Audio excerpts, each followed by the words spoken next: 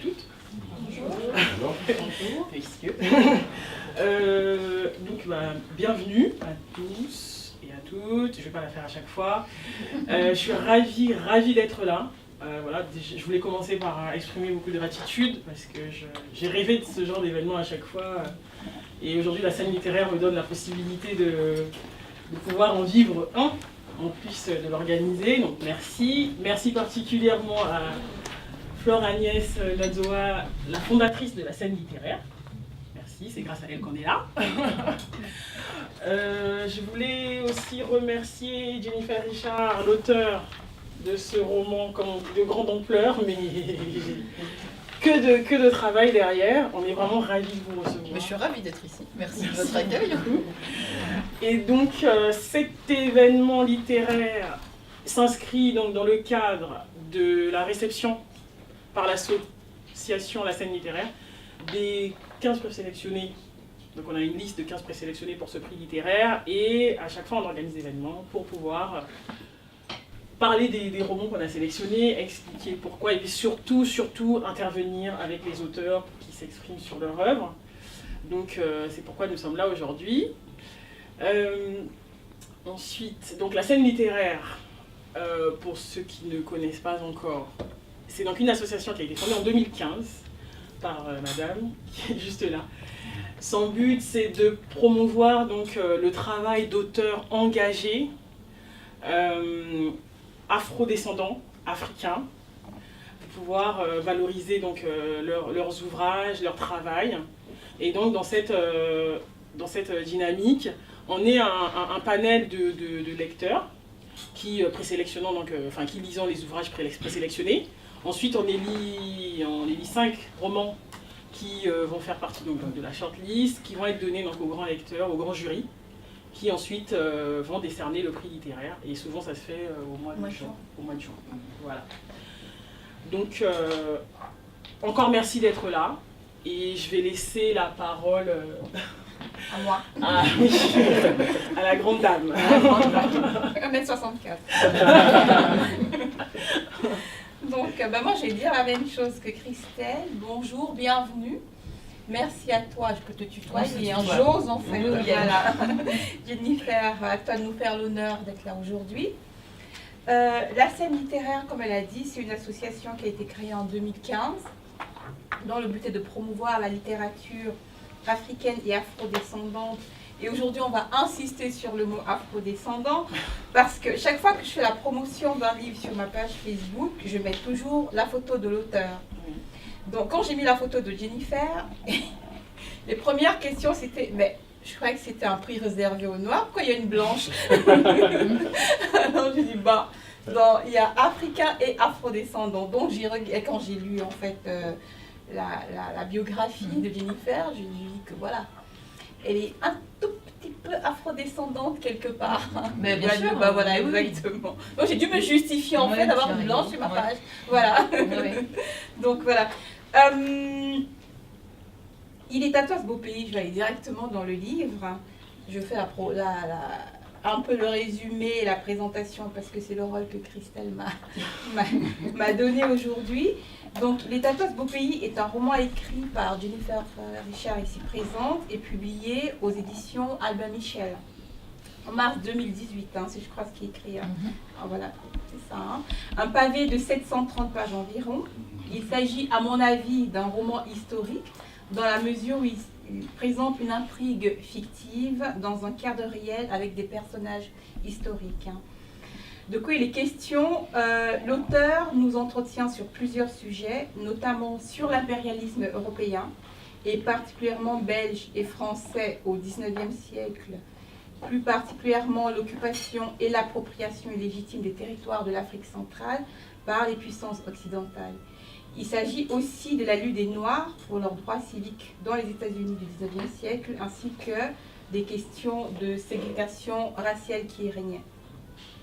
D'autres sujets importants, à l'instar des campagnes d'évangélisation des missionnaires en Afrique, ils sont traités également. Bref, il s'agit d'une vaste et courageuse entreprise de l'écrivaine. L'histoire, ou plutôt les histoires, se déroulent entre 1873, on dit à Paris. S'il vous plaît, nous sommes à Paris.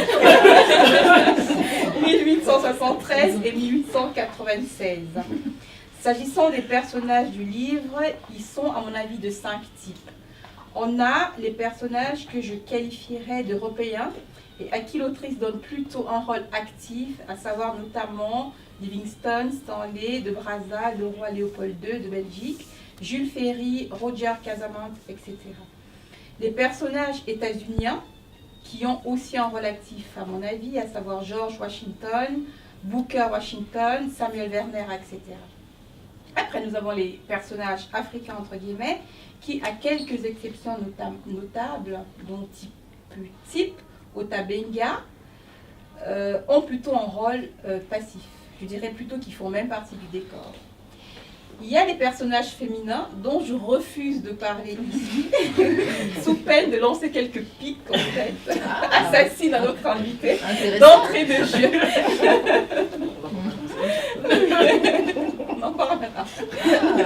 Ça m'intéresse. Voilà. Teaser. On a des personnages absents, à savoir les grands résistants africains, à l'instar de Omar Tall, Samori Touré, Boukari Kotou, etc., le roi Béhanzin. Je m'arrête tout de suite parce que je dis que c'est de la mauvaise foi. Tout le monde va me dire que c'est de la mauvaise foi parce que c'est plutôt des résistants d'Afrique de l'Ouest et que l'intrigue dans notre roman est circonscrite. Voilà, tu t'es dit, centrale. Voilà.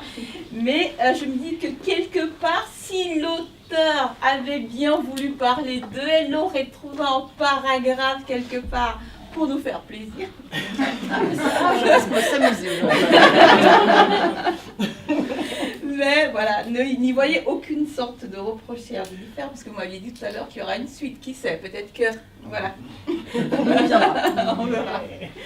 Alors, le résumé du livre, pour une fois, j'ai trouvé qu'une 4e de couverture, ce qui est assez rare avec les éditeurs, résume assez bien le livre. Alors, je vais tout simplement la reprendre ici. Donc, je cite... Il est à toi ce beau pays et la fresque tragique et monumentale de la colonisation de l'Afrique, livrée aux appétits d'une Europe sans scrupules. Elle est le théâtre d'un crime qui marque au fer rouge le XXe siècle. Sur 3 continents, chefs d'État, entrepreneurs avides, explorateurs intrépides et missionnaires idéalistes agissent sous prétexte de civilisation.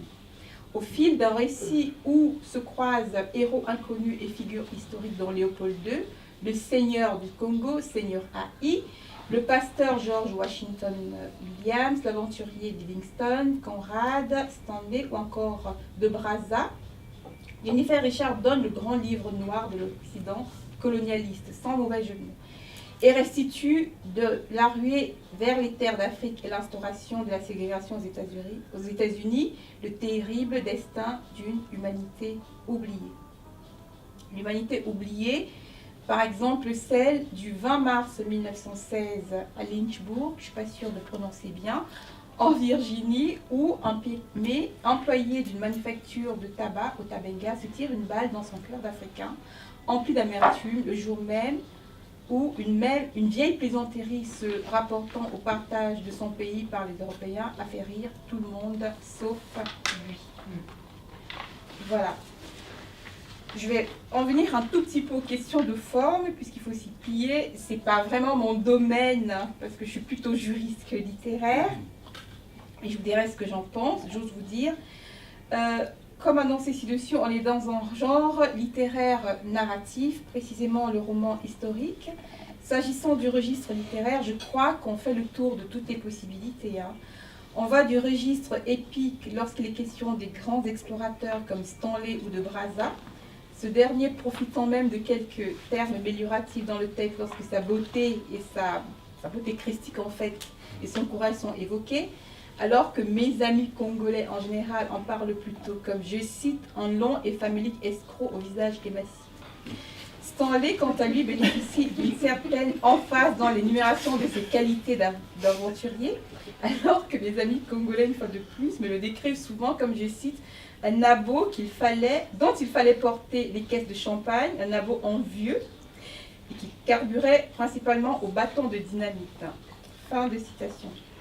On a aussi le registre dit dramatique. Quant à lui, il est réservé aux personnages afro-américains, notamment les Washington. Le registre tragique, quant à lui, est occupé par les Africains, notamment Otabenga, même si la fin que l'autrice lui renvoie, lui donne à quelque chose d'épique. Hein. Je ne vais pas spoiler, mais voilà. Le registre... Ça va encore, mais voilà. Je peux. Ah oui, non, mais on va spoiler à fond. À la fin, tout le monde meurt. Voilà, donc là, c'est bon. Donc, lui, il meurt, Oui. mais il choisit de mourir. C'est Voilà, bon, donc, c'est bon. voilà, c'est pour ça que je qualifie ça d'épique. Voilà. Le registre satirique, paradoxalement, est occupé par Léopold II, à mon avis, dont on découvre le goût affirmé pour les lupanards et leurs occupantes, et quelques anecdotes savamment distillées ici et là. En conclusion, si j'aimais le roman, oui, parce que j'aime les livres qui ne me laissent pas de marbre, qui restent sujets à questionnement tant pour moi que pour les personnes avec qui j'échange après la lecture.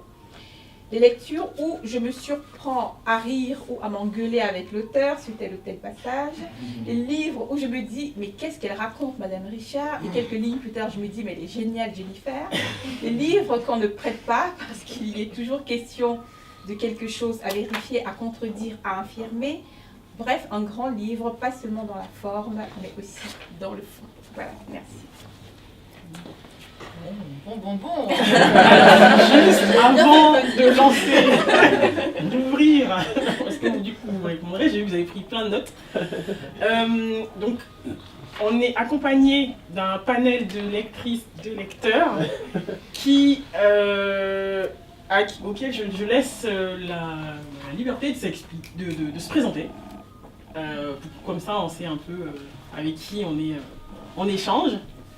Moi c'est Leslie, je suis ravie d'être ici, Slicy and the Moon sur Instagram.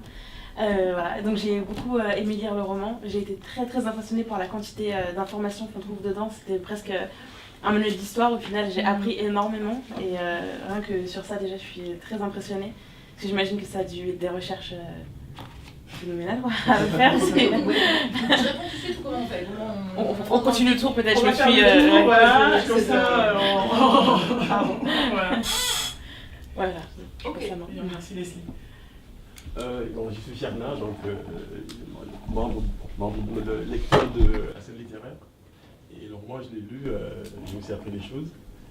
J'ai aimé des choses, il y a des choses que j'ai pas aimé aussi, donc on va discuter de tout ça tout à l'heure. Donc enchantée, donc je m'appelle Ornella,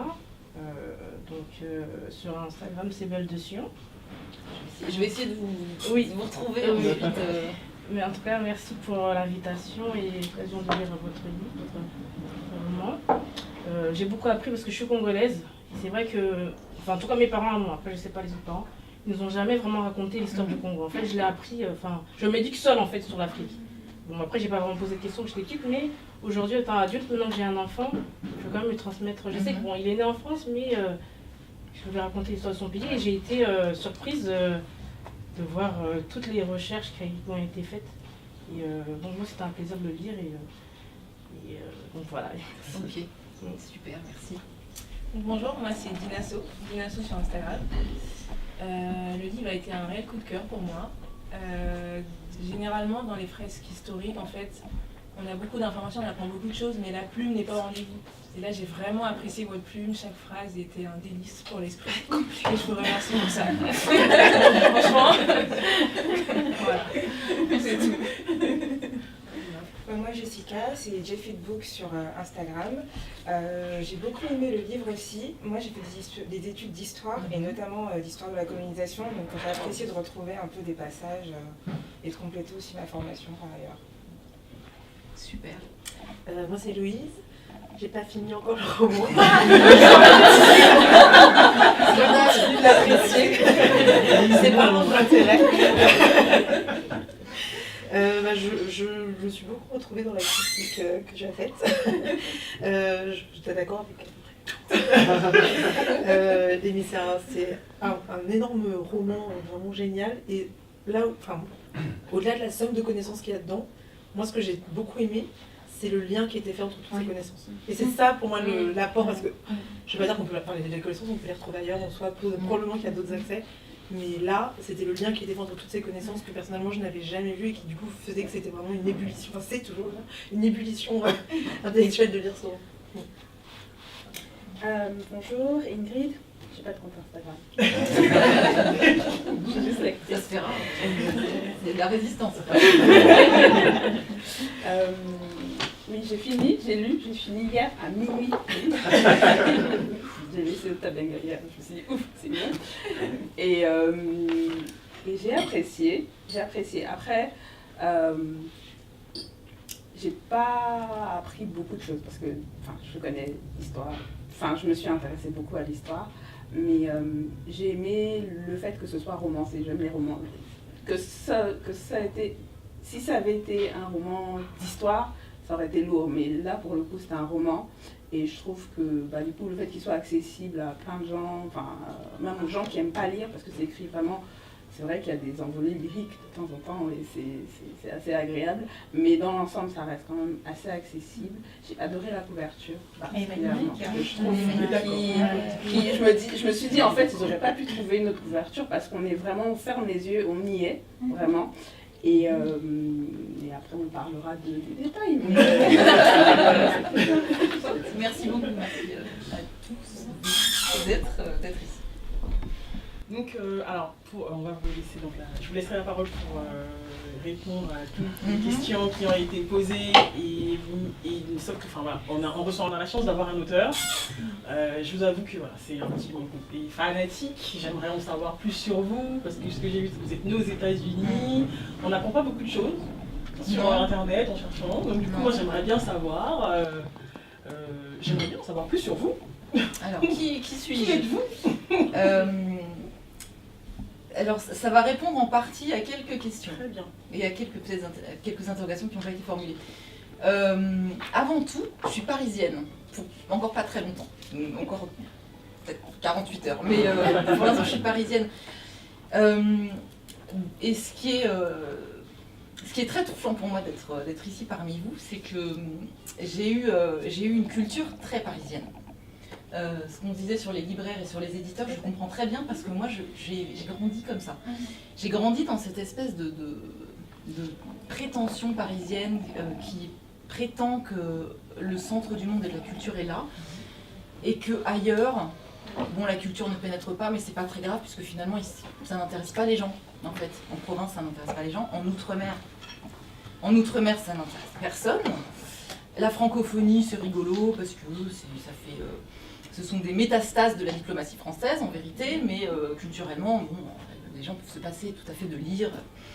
Et voilà, j'ai grandi dans cet état d'esprit. J'avais un autre éditeur auparavant qui était très parisien. J'arrive chez Albin Michel. Je viens à votre question, je fais un gros détour, mais je vais revenir. J'arrive chez Albin Michel en me disant c'est une maison qui est plus efficace que la précédente. J'écris ce livre, je vous raconterai pourquoi je suis venue à écrire ça et pourquoi les critiques que vous avez émises, elles sont très importantes pour moi et je suis entièrement d'accord. Je vais y répondre.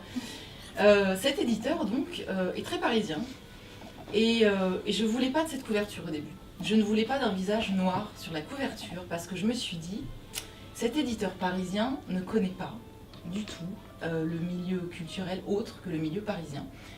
Et donc, ils vont passer à côté de leur cible. Ils vont vendre des livres à des gens qui habitent en France ou en métropole, qui sont d'origine française, en tout cas qui sont d'un milieu social très élevé, très élitiste. Et là, ils vont passer à côté de la plaque parce qu'ils ne connaissent pas. Ils ne connaissent pas la francophonie, ils ne connaissent pas les Outre-mer, ils ne connaissent pas ce qui est hors de la France. Et ils m'ont imposé cette couverture que j'ai trouvée magnifique. Et j'ai rien pu dire. Je me suis dit, c'est très beau, surtout qu'ils m'avaient proposé avant quelque chose de monstrueux. Vous voyez les campagnes de sensibilisation contre la lèpre? Donc voilà, on voit une petite fille africaine avec un moignon, une robe en haillons. Et je me dis, mais c'est quoi le message? On parle de l'Afrique, on va parler de la misère. C'est horrible ce que vous faites. Donc ils m'ont dit, non, on change. Et là, voilà, ils m'ont proposé ça et je me suis dit, c'est très beau. Mais ils sont restés quand même dans ce microcosme parisien, à m'envoyer dans des salons en région parisienne, dans le sud de la France, où les gens n'étaient pas du tout sensibles à ces questions. La colonisation, la ségrégation, les gens s'en foutaient, vraiment. Et là, c'est la première fois que j'ai l'occasion de parler à des personnes qui sont sensibles à ces sujets. Et c'est pas vraiment grâce à Albin Michel, c'est grâce à vous, et vraiment merci, parce que les questions que vous allez me poser, que vous avez commencé à me poser, je n'ai jamais pu y répondre alors que je me les suis posées moi-même. Donc je suis ravie d'être ici. Ensuite, qui je suis précisément donc je suis née aux États-Unis parce que mes parents habitaient en Outre-mer. En fait, ma mère est guadeloupéenne et mon père a travaillé dans les dom-toms, notamment en Guadeloupe. Ils ont vécu en Polynésie. Je suis née aux États-Unis parce que mon père voulait faire du cinéma. Enfin, des histoires un peu vite parce qu'ils vont peut-être arriver. Mon père et sa femme ils vont peut-être débarquer un moment où je voulais faire du cinéma. Ça n'a pas marché.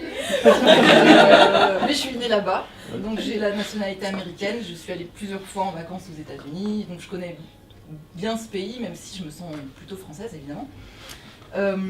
Et j'ai grandi depuis que j'ai 8 ans, je suis à Paris, donc je suis vraiment de culture parisienne. Donc un peu snob, un peu élitiste, et pour tout vous dire, et vraiment je suis franche, et je peux enfin le dire, j'avais une vision de la colonisation très parisienne et en fait totalement ignorante.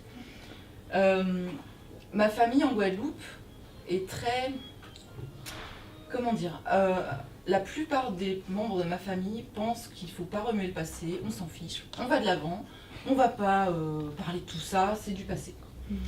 Donc j'ai grandi là-dedans côté guadeloupéen, et donc côté métropolitain, un peu pareil, la colonisation, ils ne vont pas nous rabâcher ça pendant encore des décennies, ça va, c'est pas, on peut surmonter. Et un jour, en voyage avec mon époux, à New York, on regardait le guide du routard et on voit un petit encart sur Otabenga. Et Otabenga donc, a été exposé aux eaux du Bronx, ce qui ne figure pas pour l'instant dans le livre. Donc on découvre l'existence d'Otabenga et j'ai été bouleversée par le destin que j'imaginais à ce personnage.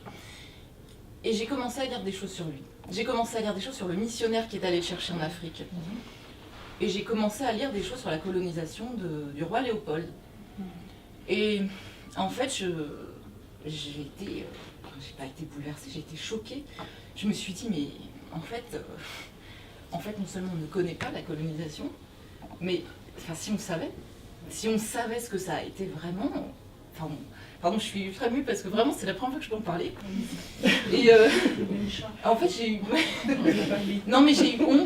honte un peu de mon manque de connaissances et de ma froideur et de la froideur de la plupart des gens en métropole sur cette question, parce qu'en fait on n'a pas idée du tout. Quand on ne se penche pas sur la question, on ne peut pas savoir ce que c'est. Et voilà, et je me suis dit, je vais lire des tas de choses sur le sujet. Pareil, dans la ségrégation aux États-Unis, je trouve qu'on en parle encore plus, en fait, on en parle un peu plus que de la colonisation, comme si c'était plus important, c'était plus prestigieux, en fait, comme sujet. Politiquement, c'est plus classe, quoi. Et en fait, depuis, donc ça fait, je l'ai écrit en 2016, j'ai peut-être commencé en 2015, je sais plus. J'ai changé, mais radicalement. Je ne suis plus la même personne depuis que j'ai lu tout ce qui m'a permis de lire ça, de décrire ça. J'ai changé de vote, je ne vote plus de la même façon, d'ailleurs je ne vote plus, parce que j'ai été vraiment écœurée par la politique. Je me suis rendu compte que le discours politique d'aujourd'hui est le même que celui qu'on retrouve à l'époque dans les journaux. La propagande pro-occidentale est la même, la volonté d'aller diffuser sa démocratie, ses valeurs, ses droits de l'homme au Moyen-Orient et en Afrique, ça n'a pas changé. Donc je ne suis plus la même aujourd'hui, et c'est grâce à tout ce que j'ai lu, donc tout ce qui figure en bibliographie à la fin du livre. Voilà qui je suis, voilà qui j'étais, et voilà qui je suis aujourd'hui. Et aujourd'hui j'ai décidé également d'écrire uniquement des choses historiques, c'est-à-dire parler d'aujourd'hui avec des références au passé, parce que c'est la même chose, en vérité tous les dialogues peuvent avoir lieu aujourd'hui. Et je me dis, moi qui écrivais de la science-fiction, je me dis, non, j'ai envie d'écrire ce qui se passe. J'ai envie que les gens ouvrent les yeux, j'ai envie que les gens, qu'ils aiment ou qu'ils n'aiment pas, c'est pas grave. qu'ils le lisent et qu'ils aillent voir la bibliographie. Je pense que beaucoup parmi vous ont lu Congo de David von Redbrook, certainement on est là. C'est un livre, c'est un des premiers que j'ai lu. Et je ne l'ai pas lâché, j'ai été vraiment complètement remuée par ce livre et donc j'ai d'autres lectures en cours. Mais ça m'a tellement remué tout ça que je me suis dit maintenant, je vais écrire sur la colonisation, un peu la ségrégation parce qu'il y a quand même des choses qu'on ne sait pas. Et je passerai à d'autres choses, mais toujours sur un fond politique pour que les gens, les quelques lecteurs, hein, parce que la lecture c'est un panel qui n'a rien à voir avec les films, les émissions qui sont vues par des millions de personnes. Là on touche quelques milliers à chaque fois, mais c'est toujours ça. C'est toujours ça de gagner, et si ça peut donner envie aux gens d'aller se pencher sur ça, et de se dire mais je ne savais pas, comme mon père m'a dit ça. Donc, mon père est blanc, vous allez voir, il est normand, et mon père fait partie des gens qui ne savaient rien sur la colonisation, et qui m'a dit, après avoir lu mon livre, je ne savais pas. Je ne me rendais pas compte à quel point ces gens l'avaient souffert. Et ben j'étais fière de moi.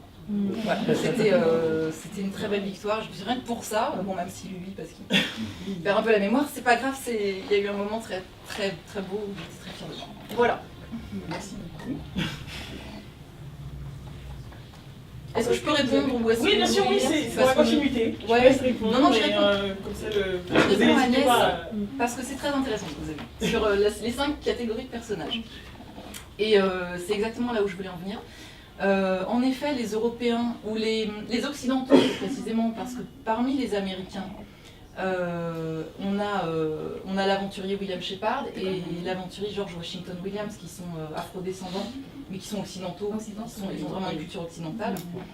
Et ce sont en effet des personnages actifs, ce sont les gens qui choisissent leur vie, qui choisissent leur destin et qui décident en effet d'eux-mêmes de partir en Afrique ou de coloniser pour les chefs d'État, mais ils dirigent totalement leur destin et ils ont une influence sur le destin des autres. Pareil pour donc, les Américains, qu'ils soient blancs, métis, ce sont des personnages actifs. Et les Africains, en effet, les Africains sont passifs dans ce tome, parce que après discussion avec mon éditeur, j'ai eu le feu vert pour la suite, qui était en germe. En fait, c'est pas que c'est la suite, c'est que c'est la moitié seulement. Ça, c'est la moitié de ce que j'avais en tête et que j'ai pas pu finir, faute de temps. Oui. Oui, désolé.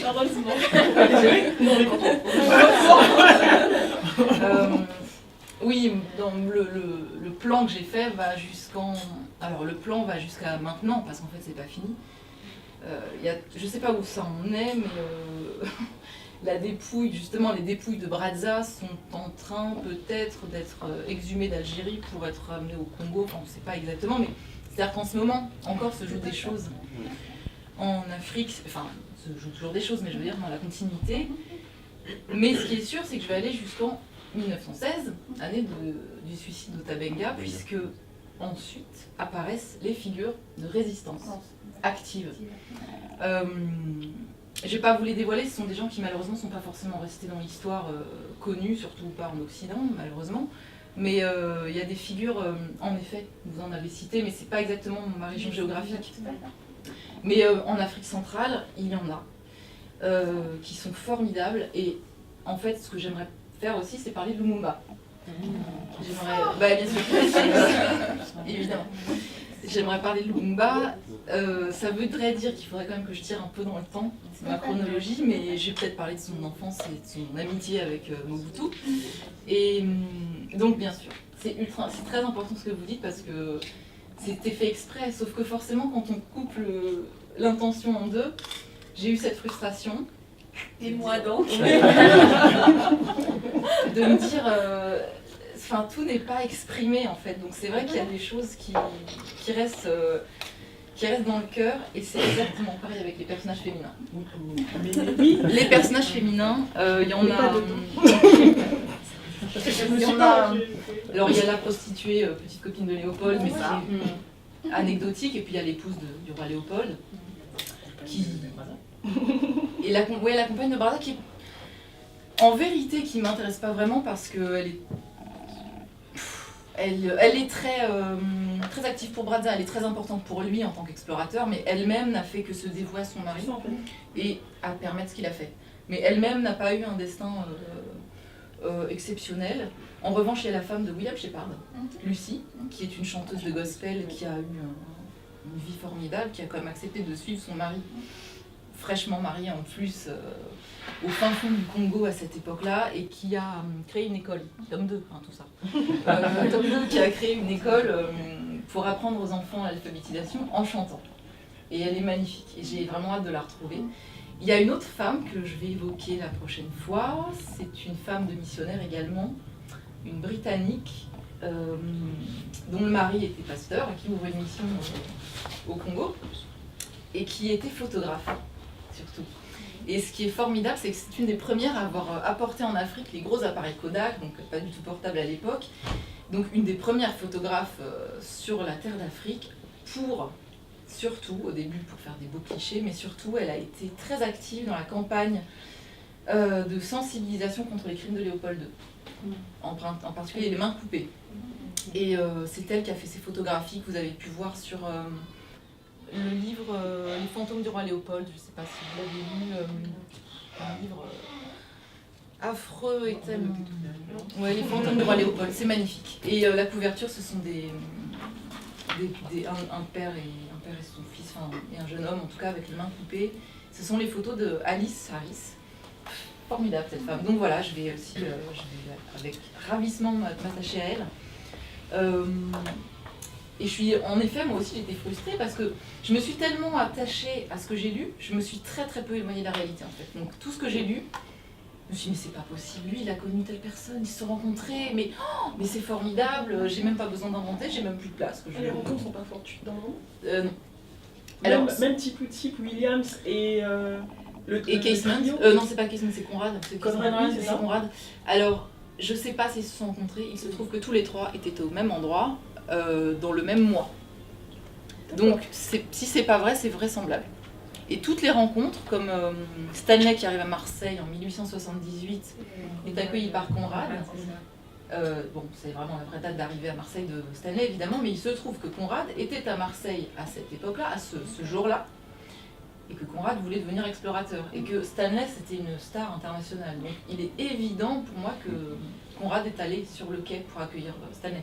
Donc, c'est juste dans cette mesure où j'ai romancé les dialogues, mais la situation, elle est tout à fait vraisemblable. Je ne me suis pas permis d'écrire des choses qui ne sont vraiment pas vraies, qui ont été avérées, qui sont révélées fausses. Et par conséquent, au cours de toutes mes recherches, j'ai pas vu de personnage féminin très fort, malheureusement. En tout cas, pas de personnage féminin qui a laissé une trace dans l'histoire. Donc je me suis dit, bon, tant pis, c'est pas grave, je sais qu'il y en a qui arrivent. Et alors là, ça va dégénérer. Là, vous allez les voir passer. Et donc les personnages absents, vous me disiez, donc est-ce que ça rejoint les... Oui, non, les résistants que j'ai pas évoqués. Donc ils arrivent aussi. Et je vous assure que j'ai été très frustrée de pas mettre plus d'étincelles et de feux d'artifice du côté des Africains sur leur territoire. Mais voilà, et sauf Tipoutip, mais bon, Tipoutip. Mais Tipoutip, c'est une figure quand même intéressante parce que bon, c'est un marchand d'esclaves. Mais en tant que marchand d'esclaves, c'est vrai qu'il se bat contre les Belges. Et c'est une lutte de territoire. En fait, ni l'un ni l'autre ne sont légitimes. Puisque Tipoutip n'est pas indigène en Afrique centrale, il vient plutôt de Zanzibar, donc il n'est pas chez lui non plus. Mais au moins, c'est une figure que l'Europe a respectée, qui a intimidé les autres marchands d'esclaves, les chefs d'État qui ont voulu prendre la place. Donc il est quand même intéressant. Et il y a un autre petit personnage. Je dis petit parce qu'il fait partie des pygmées, mais parce qu'il est tout jeune, il s'appelle Kondola.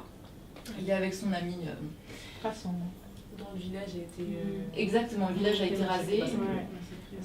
Et cet enfant qui est prince va partir aux États-Unis et va être le traducteur d'Ota Benga. Voilà, donc tout va se mettre en place. Voilà. Donc, je suis désolée, il y a de la frustration, mais je vous assure que de mon côté, il y en avait aussi. Voilà. Juste si je peux rebondir, je peux tutoyer. Bien sûr. Sur ce que tu dis.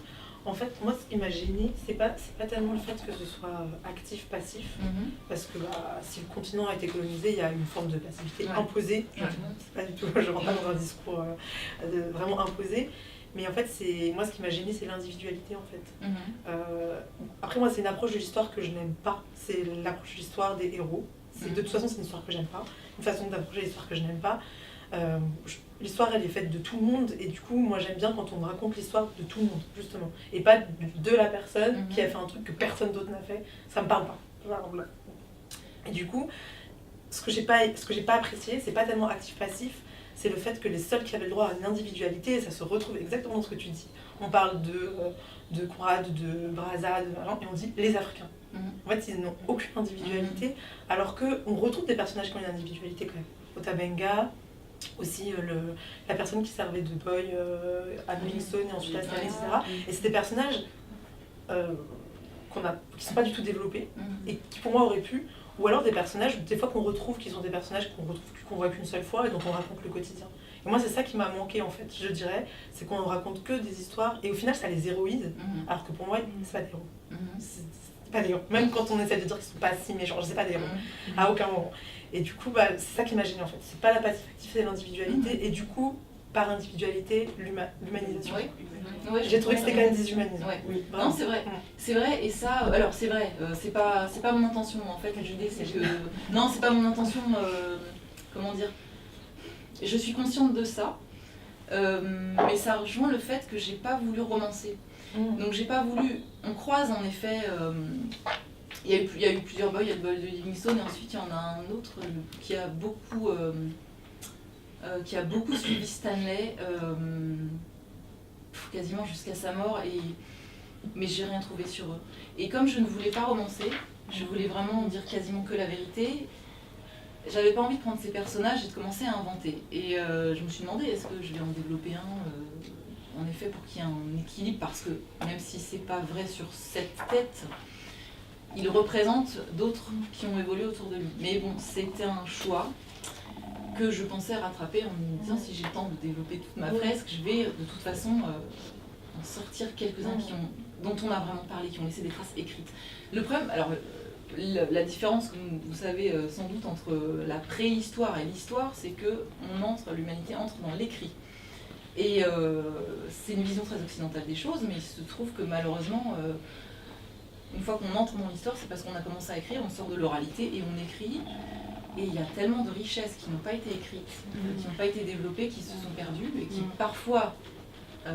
alors, il y a quand même des peuples qui arrivent à développer une tradition sans écrit, mais c'est plus compliqué. Et là, pour les... C'est plus compliqué quand on se fait tuer. Évidemment, c'est plus compliqué. Mais le problème, c'est que l'oralité, elle bloque pas la transmission. Elle bloque la transmission si vous vous faites tuer, massacrer. Ouais, mais comme ça, en fait. Le problème, c'est que je suis dans une région géographique. Ah oui, non, c'est pas...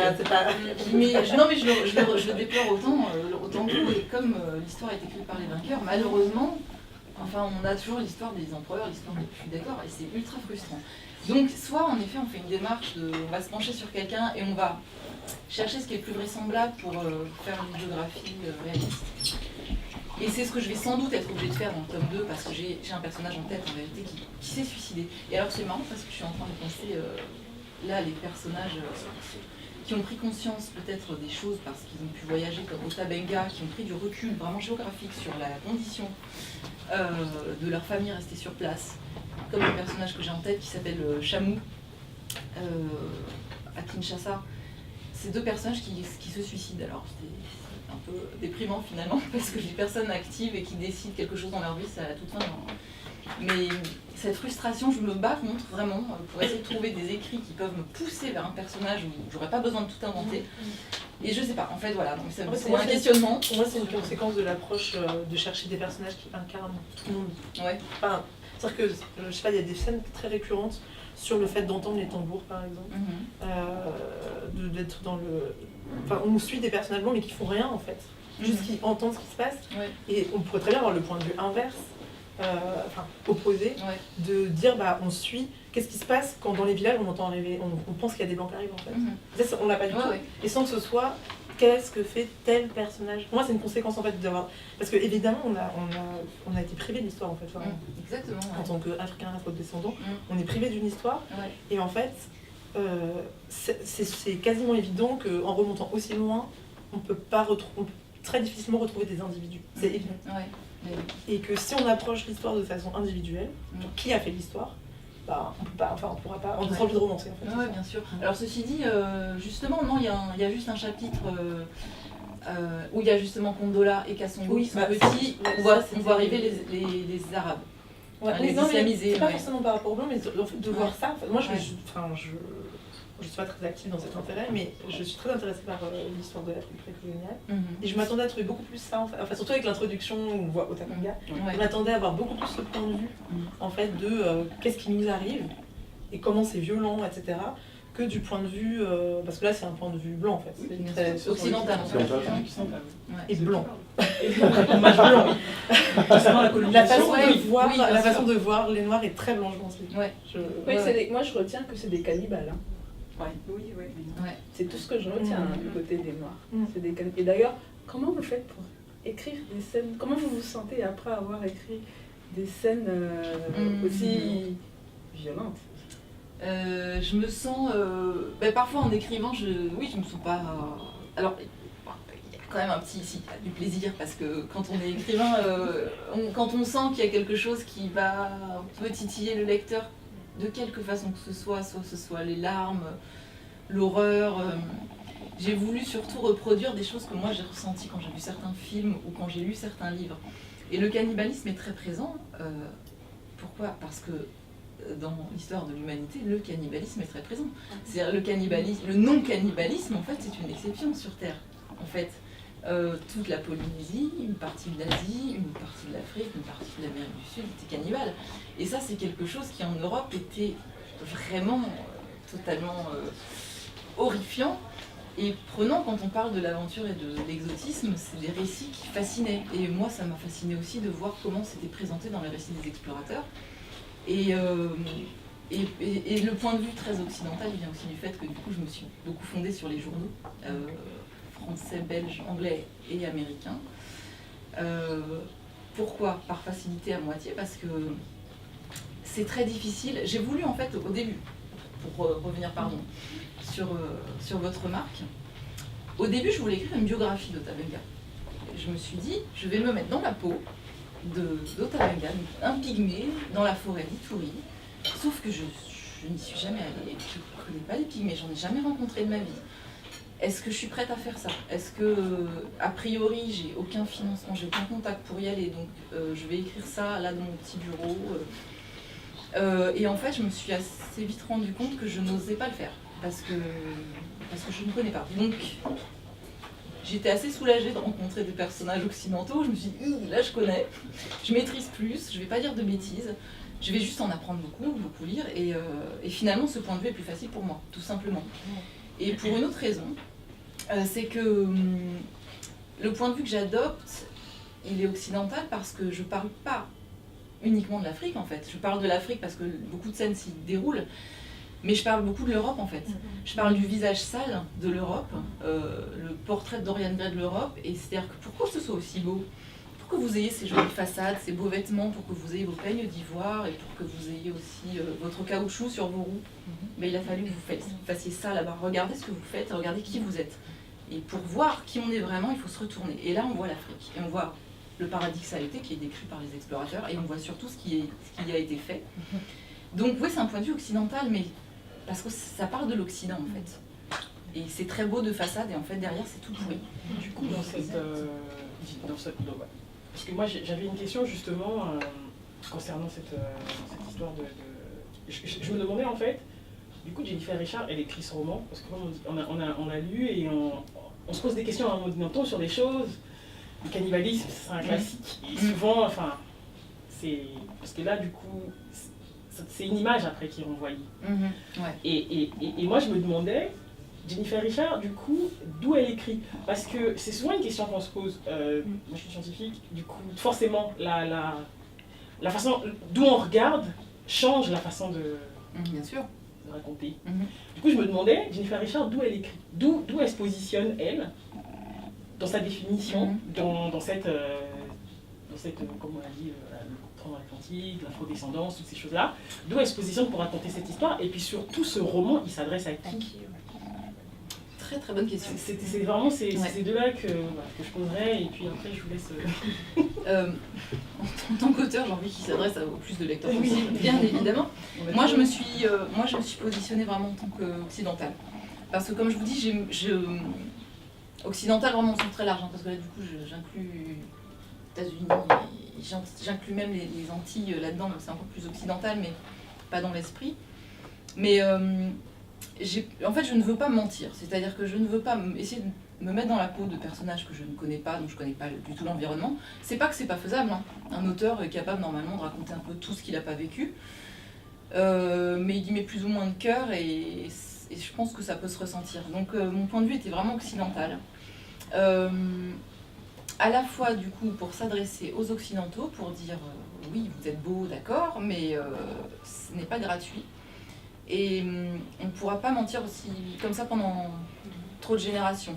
Il s'adresse donc aussi à toutes les populations qui descendent de pays colonisés, donc à peu près toute la planète, en fait, en dessous d'une certaine latitude, pour dire il y a une histoire qui est là, qui a été totalement gommée pour qu'une autre se colle dessus. Et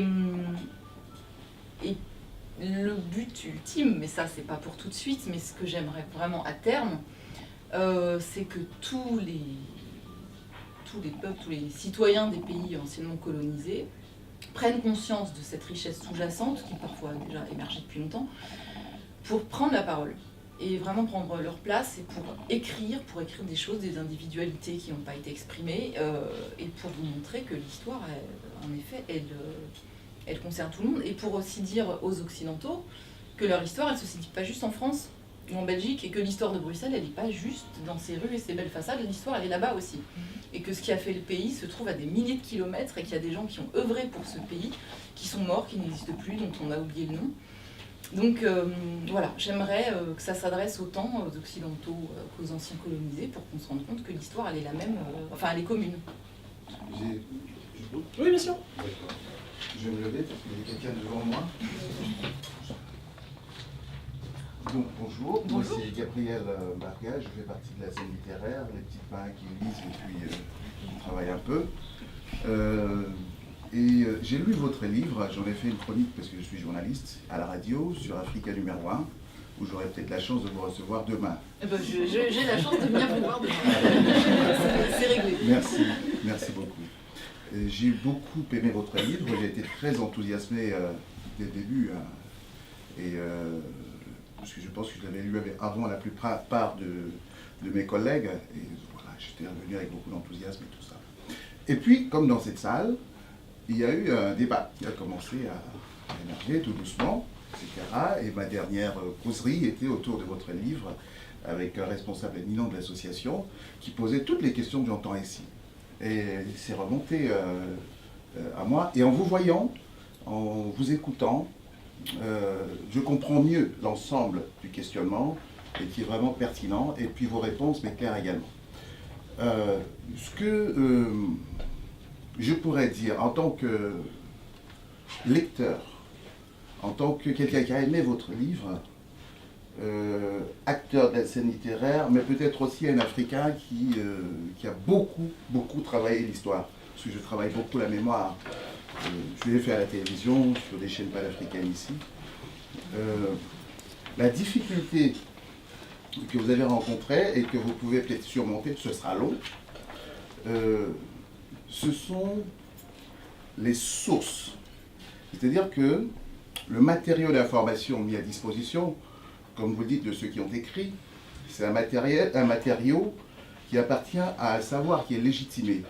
Et c'est même l'objet de la création de la scène littéraire par Agnès, d'un point de vue littéraire, de dire on légitime toujours une façon de voir, de penser et de faire qui n'est pas nécessairement partagée par ceux qui la subissent, encore passivement, là. Mais il ne s'agit pas d'être passif, parce qu'il y a une écriture africaine, et dans les doubles sens. Une écriture, c'est-à-dire des gens qui écrivent, comme ça vous est arrivé de le faire à la suite d'un bouleversement personnel, ils sont nombreux. Mais n'étant pas légitimés, vous ne rencontrerez pas leurs livres. Volontiers, je vous ferai une liste demain, des personnages. Ça, c'est de 1.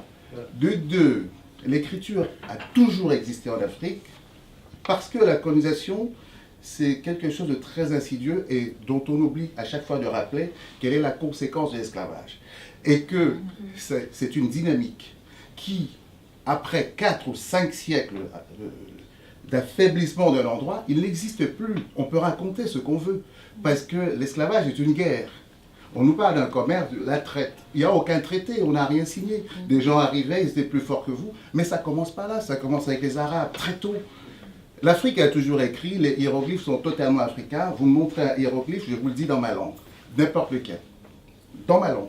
Et chaque Africain peut le faire, parce que c'était une espèce d'espéranto. C'est pour ça que c'est idéogrammatique, parce que c'était un moyen de communiquer avec un ensemble de populations qui appartenait à toute l'Afrique. L'Égypte était une espèce de capitale finalement. D'ailleurs, il ne s'appelait pas l'Égypte, c'était Kama, c'est la terre des Noirs. Eux-mêmes, ils s'appelaient comme ça. L'écriture sumérienne, Soumer, même chez les Arabes aujourd'hui, signifie encore noir en Palestine, dont on veut nous dire que c'était l'origine, elle-même est héritière de quelque chose. On écrit chez nous. Ensuite, ça devient ce que les gens vont appeler des tatouages. Parce que c'était une manière de se dissimuler, de dissimuler le savoir, la connaissance. Parce que l'Afrique avait une connaissance, notamment métaphysique, qui est fondatrice de tout. La géométrie, l'astronomie et tout le reste. Toutes les sciences fondamentales, dures, comme on dit. Nul n'entre ici s'il est géomètre, parce que les formules sont cachées, elles sont secrètes, pour construire des pyramides, pour construire des bâtiments, des cathédrales et tout ça. C'est venu d'Afrique. Les morts sont même revenus plusieurs siècles après, avec les Arabes. Ils étaient bien noirs, ils jouaient aux échecs.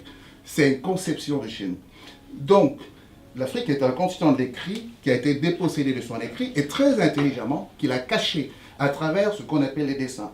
Je vous montre, vous allez en Afrique devant n'importe quelle maison, dans un village, il y a un petit tabouret devant la maison, devant toute maison, un petit tabouret que les Africains eux-mêmes ne savent plus lire. Il a cette forme-ci, incurvée, et les deux pieds sont ainsi, c'est pi. 3,14, parce qu'ils avaient le secret de beaucoup de choses. Donc, ils n'ont pas pu se dire, ils se sont dissimulés pour nous laisser, c'est pour ça que je lis avec d'autres amis, parce que nous faisons des recherches interafricaines, les hiéroglyphes dans ma langue, comme d'autres lisent en kikongo, etc. Et elle sait, c'est un continent qui sait écrire, qui est à l'origine de l'écriture, parce que même les Français n'ont pas d'écriture, ils ont un alphabet, ce qui n'est pas la même chose. L'écriture, nous sommes un peuple de l'écriture. Ensuite, on devient un peuple de l'oralité, parce que la violence est telle qu'il faut cacher. La violence est telle qu'il faut transmettre à l'enfant quelque chose qui ne reste pas, parce qu'on arrachait tout. On détruisait tout. Les premiers lieux qu'on envahissait, c'était les temples, les bibliothèques, où on prenait tout. La plus connue, la destruction de la bibliothèque, Alexandrie et tout ça. C'est connu. Elle a une écriture, elle a des gens qui écrivent pour elle, mais qui ne sont pas, pour parler le langage d'aujourd'hui, dans un système qui permet que ça arrive jusqu'à vous. Ce que j'aime encore plus en vous écoutant, c'est votre bonne foi. C'est la volonté, c'est l'envie. Et je suis heureux que quelqu'un qui dit « Oui, je suis parisienne, je n'avais pas cet héritage-là », ait fait l'effort que vous avez fait. Je ne le savais pas, mais j'ai senti chez vous beaucoup de générosité, beaucoup d'amour dans votre livre. Merci.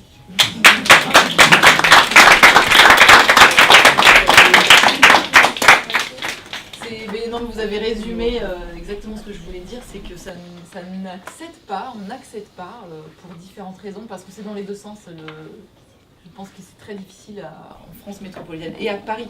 J'insiste sur Paris, parce que Paris est très particulière sur cette espèce de muraille qu'il y a autour pour que les gens ne rentrent pas en fait. Et ça concerne même les villes de métropole qui sont en province. Et en effet, on ne se rend pas compte. On se rend pas compte. Vous parlez de l'Égypte, mais l'Égypte, en effet, a été greffée. Elle a été greffée à l'Occident. Alors que l'Égypte. Le temps qu'un moment, il est là, il n'y a personne. Ouais, et qu'il puisse parler au nom de ceux qui lui ressemblent. Il n'y a personne. Et ceux qui comprennent, parce que quand Diop fait ses travaux sur l'Afrique, il fait une démonstration scientifique. Il a interdit de soutenance de thèse. Il ne soutient pas. C'est Aimé Césaire, encore un frère qui nous vient de l'Occident, et qui, informé par Alioune Diop, le fondateur de la maison de présence africaine, il y a un jeune homme qui a créé un truc formidable. C'est Césaire qui publie, qui fait publier, qui va démarcher partout chez les anciens normaliens pour dire ce gars il est génial. Mais 10 ans plus tard, il devient un livre majeur aux États-Unis, et maintenant c'est le livre africain le plus vendu dans le monde. Il est vendu, il est vendu, il est vendu, il est traduit, il est traduit, il est traduit.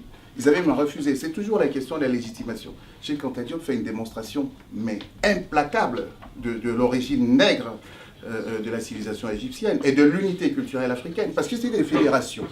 se retrouvaient par la culture et qui étaient des espèces de suzeraineté politique, ça ou là, mais qui pouvaient être dans des ensembles. Et puis c'est mouvant, comme toute histoire, c'est mouvant, parce que même la capitale égyptienne, Narmer, le premier roi, c'est l'unité. Les deux Égyptes, c'est quoi? C'est quand il disait nos ancêtres venaient du sud, c'est un tampon, c'est-à-dire arrêtons de nous bagarrer, on est ensemble.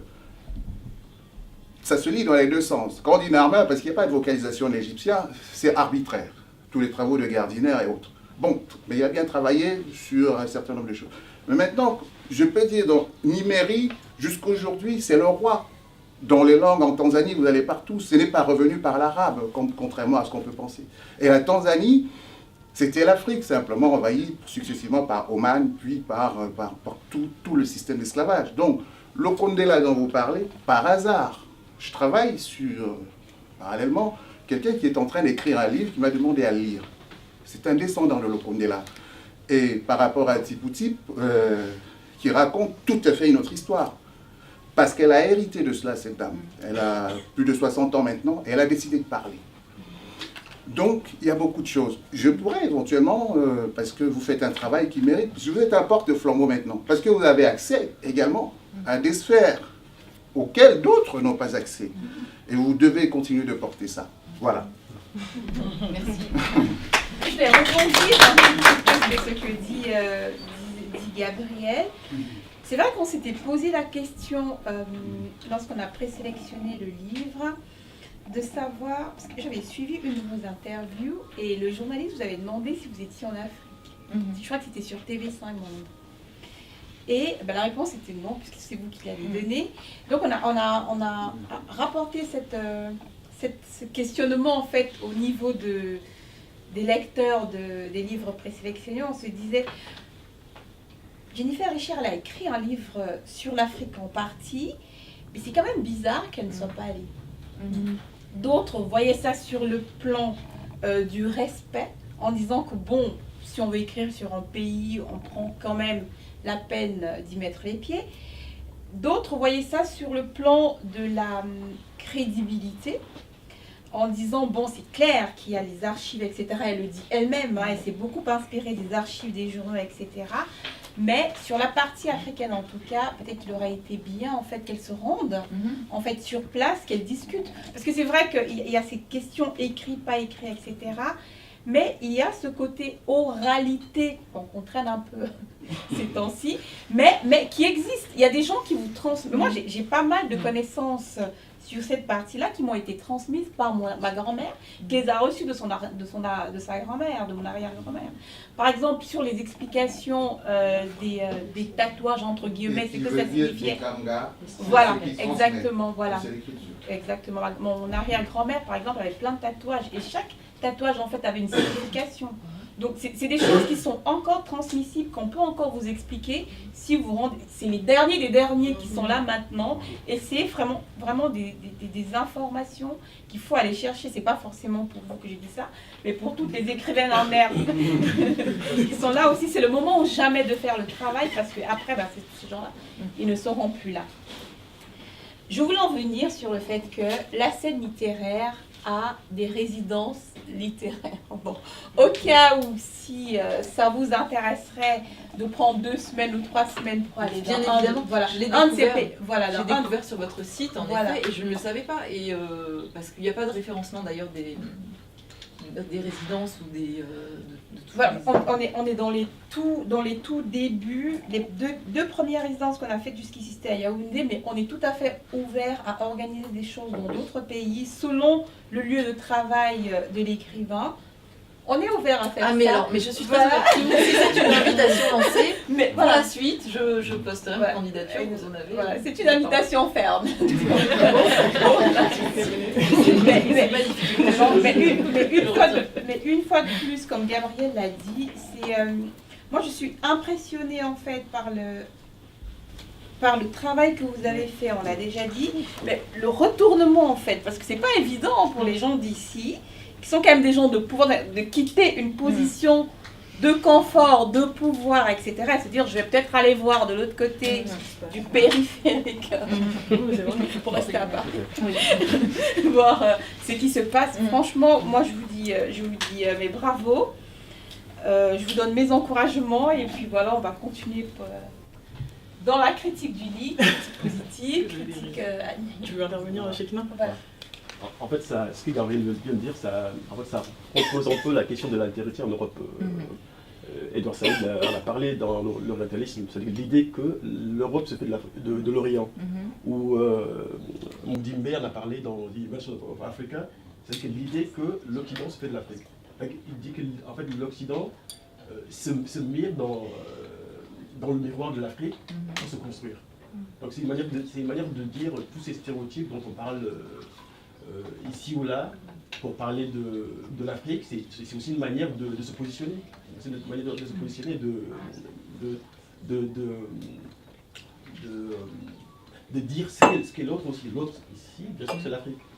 Donc moi je trouve que dans votre texte, vous le dites, peut-être que, je ne sais pas ce que vous voulez écrire comme suite, mais je pense que ça peut davantage se... Mais ça va être plus marqué. Ouais.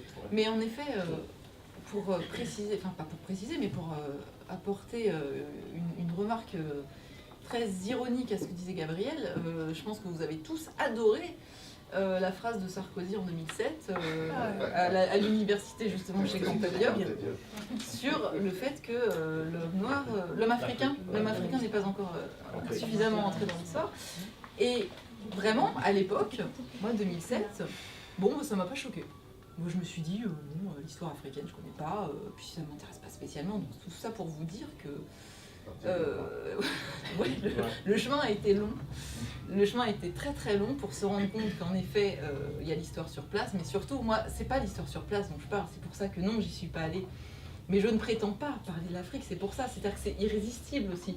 C'est irrésistible de quand vous voyez des récits d'explorateurs qui ont ce regard vraiment unilatéral. Malgré tout, il est fascinant parce que on découvre avec les yeux qu'on a nous en tant que citadins ce qu'est l'Afrique, ce qu'était l'Afrique en termes de foisonnance, de faune, de flore. Donc ça, ce côté fascinant, un peu voyeuriste. Mais ce que j'ai découvert surtout, et c'est ça moi que je voulais exprimer, donc je prétends pas m'approprier des histoires, des choses que je ne connais pas, mais c'est vraiment ça que je voulais dire, c'est ici, non seulement l'homme africain est entré dans l'histoire, mais c'est qu'il y était déjà avant que nous on débarque dans l'histoire, et qu'on n'a pas voulu voir en fait. On n'a pas voulu le voir dans son histoire. Et c'est ça qui est fou. Moi, en fait, et en repensant à cette phrase, en retombant dessus récemment, je me dis, mais c'est déjà incroyable de dire ça, mais c'est incroyable d'aller dire ça à l'université chez Anta Diop. Donc une université qui a été créée en hommage à quelqu'un qui fait tout pour faire comprendre au monde que l'homme africain était dans l'histoire. Je me dis, mais c'est-à-dire que non seulement il dit quelque chose qui est faux, mais il ose le dire là-bas. Donc c'est de la provocation, c'est pas juste de l'ignorance, en effet c'est d'une provocation. Soit de la communication, soit de la bêtise, peut-être plus vulgaire. Je sais pas. Il est entouré de communicants. Oui, ça doit pas être au hasard. Et c'est étonnant parce qu'en fait ça n'a pas été relevé plus que ça. Les gens se sont pas rendus compte à quel point c'était choquant qu'ils le disent là. Il l'aurait dit en France, à Paris, ça aurait été déjà pas terrible, mais ça aurait été bien différent. Et là je me suis dit, mais ah oui, c'est là qu'il a dit ça, c'est fou. Donc en fait moi si je peux juste combattre cette phrase avec mon livre, et le suivant je serais vraiment contente. Voilà. D'ailleurs c'est Henri Guénaud qui a écrit le discours, je crois. Bah ouais, quand on c'est tout à fait. Pas ce qu'il avait écrit. Ouais, c'est fou, hein. Enfin voilà, donc c'est mon ambition et c'est vraiment ça que j'aimerais faire. On se rend compte maintenant si des phrases comme ça sont prononcées à quel point elles sont aberrantes. Pour... Ah, vas-y. Du coup, moi j'ai une question par rapport à la psychologie de Brazza et de Stanley. La même question. Ah, mais oui. C'est vrai que c'est intéressant ces citations. Dans tout le livre, j'avais l'impression que c'était des victimes finalement du système. Ils étaient contre l'esclavage, ils étaient utilisés par le Gaulle II, par la France, etc. Et là, dans votre présentation, je vois que Congo, on vous décrit une autre facette de leur... Enfin, on les décrit comme des monstres, etc. Et pourquoi vous n'avez pas fait ressortir ça? Pourquoi on a l'impression que c'est des bons, ils sont du bon côté de... c'est pas exactement ce que j'ai voulu faire ressortir, mais je n'ai pas pu m'empêcher d'avoir une certaine admiration pour ces personnages. En fait, aujourd'hui, alors moi ce que je trouve très dangereux, c'est quand on a un regard sur la colonisation qui est tellement compassé, tellement pseudo-culpabilisateur et culpabilisant qu'en fait on se dit mais c'est fini. Et donc la position aussi que j'ai voulu adopter dans le livre, c'est que non, c'est pas fini, ça continue. L'exploitation des ressources dans tous les pays fait que les pays les plus riches deviennent les pays les plus pauvres aujourd'hui et que c'est pas fini. Quand on se retourne aujourd'hui sur la colonisation, dans le meilleur des cas, donc il y a des gens que ça n'intéresse pas, mais ceux que ça intéresse en Occident, c'est vraiment pour dire ça a été horrible. Point. Et c'est fini. Et ça, c'est une grosse erreur, je pense, parce qu'aujourd'hui, toutes les guerres continuent sur ce fondement-là. Donc l'idée, c'est de montrer que le discours est le même. Et ces personnages, dont j'ai lu les biographies et qui ont vraiment, qui sortent quand même du lot par rapport à leurs contemporains et aux personnes qui fréquentent donc en Grande-Bretagne, en Belgique et en France, ce sont quand même des gens qui ne sont pas du tout comme le commun des mortels autour d'eux.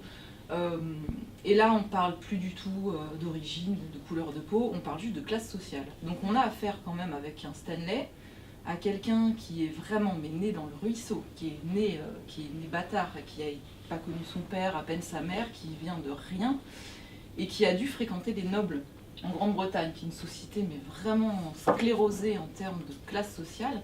Et je trouvais ça très intéressant en termes de destin.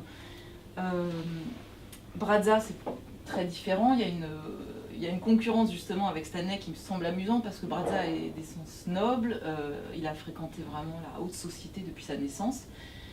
Et donc voilà, cet affrontement de classe sociale, je le trouve très romanesque. Je me dis, je voyais une série, si je me disais, je vois très bien ça dans un film parce que c'est des personnages vraiment très hauts en couleur. Et par ailleurs, ils m'intéressent parce que ce sont des gens qui vont sur le terrain. Donc c'est comme aujourd'hui quand vous avez un mercenaire ou un braconnier. Ce sont des gens qui certes agissent pour le mal, mais ils agissent. Moi, ce que je reproche, et c'est des gens que je veux pointer du doigt, ce sont les gens qui sont au-dessus, les commanditaires, qui ont le pouvoir, dont on critique rien en fait. C'est des gens qui sont au gouvernement, qui sont au Sénat, à l'Assemblée nationale, on dit rien, mais en fait ce sont eux les commanditaires, enfin, en fait, ou les grandes entreprises, les banques. Mais les gens sur place, les braconniers, on peut toujours dire, bah oui, mais c'est lui qui a tué la bête, c'est lui qui capture les enfants. Mais c'est le client le problème pour moi. C'est pas tant Brazza et Stanley, donc on peut déboulonner les statuts si ça fait du bien, mais moi je pense que c'est pas ma vision des choses, faut pas réécrire l'histoire, ils sont là, ils sont passés par là, il faut surtout voir qui les a envoyés là-bas, et il faut surtout voir que les gens qui les ont envoyés là-bas, ils sont toujours là, à la tête des États, à la tête des grandes entreprises. Donc c'est aussi volontaire de faire ça comme ça. Ces gens-là ont un côté monstrueux, un côté héroïque, mais le héros n'est pas forcément une personne bonne. C'est quelqu'un qui est en avant et qui a un destin hors du commun. Donc oui, c'était volontaire. Moi, je me suis attachée à eux, mais je voulais surtout qu'on voit les gens derrière. Mais est-ce qu'ils voulaient réellement éradiquer l'esclavage? Ils croyaient vraiment à... Non, j'y crois pas. Voilà, c'était non, moi, j'y crois pas, mais... Parce qu'ils le répètent souvent dans le livre, en fait, on finit par le croire. Et... Alors, parce qu'il a été présenté comme ça, et c'est marrant, il a été présenté comme ça, Brazza, par René Maran, un Antillais. Alors que non, moi je pense pas, mais les biographies qu'on lit de Brazza jusqu'à aujourd'hui, je pense que ça va évoluer. Hein. Mais c'est ça, on le présente comme le gentil par rapport au méchant Stanley. Non, mais ils avaient la même intention, en fait, ils servaient le souverain, ils servaient les intérêts de leurs employeurs, donc je suis pas sûre. Mais c'est pas pour autant que ce sont des gens à classer complètement dans le côté sombre de la force. Je pense moi vraiment que celui qui a le pouvoir est à remettre en cause. Moi j'ai pas vu la résistance de Brazza comme quelque chose d'héroïque, parce que derrière il disait qu'il était un moyen de résistance parce qu'il n'avait pas de moyens, enfin il mettait la pression à son niveau, quoi. Il attendait d'avoir plus de moyens, et en attendant, mais sinon c'était pas un héros en tant que tel. Alors pas pour l'instant. Brazza, alors il y a une bande dessinée qui est sortie après mon livre et j'étais très énervée parce que elle a vraiment, je ne l'ai pas lu encore, elle a l'air super. C'est sur justement l'épisode en 1905 où Brazza est missionné par le gouvernement français pour aller voir ce qui se passe au Congo français, en Afrique équatoriale française, parce que c'est ça aussi dans la suite. Ça va être peut-être plus intéressant politiquement parce qu'en 1908 éclate vraiment la campagne de presse contre Léopold II et contre sa gestion personnelle de son entreprise Congo. Et la France se dit à ce moment-là, c'est compliqué là, si on veut garder notre colonie, il faut peut-être qu'on fasse attention, que ça ne nous éclate pas, que ça ne nous saute pas à la figure à notre tour. Donc on va essayer de voir comment ça se passe, si c'est bien géré ou si au moins on peut étouffer les affaires qui peuvent sortir. Donc il dépêche Brazza, qui est alors en Algérie, pour aller enquêter, pour aller faire un rapport sur la gestion du Congo français. Et donc là on est en 1904, et donc Brazza repart au Congo, et là il se rend compte que c'est l'horreur, que la gestion française n'est pas mieux que la gestion de Léopold II, et il rédige un rapport qu'il cache dans une valise Vuitton à double fond, qu'il emmène avec lui sur le bateau, et le problème c'est qu'il meurt en route. Donc il ne peut pas aller remettre le rapport au ministère, mais c'est son assistant qui arrive au ministère avec la mallette. Donc ça fait toute une histoire parce que la mallette est tellement bien faite qu'on ne voit pas le rapport.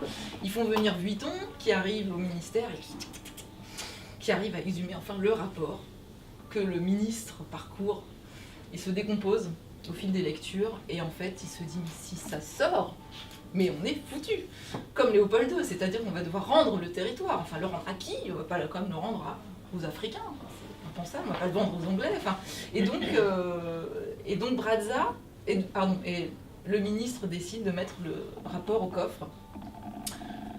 Et ce rapport, donc écrit en 1904, a été édité par une historienne qui s'appelle Catherine Kotry-Widrowicz en 2014. Voilà, donc, je pense qu'on n'en a pas beaucoup entendu parler, je ne sais pas ce que vous en pensez, mais voilà. Donc, moi je l'ai commandé, je l'ai lu, j'ai été de nouveau bouleversée. Je me suis dit, là, il faut vraiment que je me mette vite à la suite parce que personne n'en parle, personne ne le sait, et on pense encore une fois que le gros méchant c'est Léopold II et c'est le seul, et que la colonisation c'était pas bien parce que Léopold II il a vraiment mal géré son affaire, mais sinon, bah non, c'était pareil partout. C'est le principe, c'est un état totalitaire, c'est un totalitarisme, et Brazza a dénoncé ça. Donc en fait, juste pour ça, sa présence sur Terre est valable. Je me dis, Brazza a racheté quoi qu'il ait pu faire, le pouvoir qu'il ait pu servir. Brazza, il a fait ça, il a rédigé ce rapport. Et aujourd'hui, on peut lire ce rapport.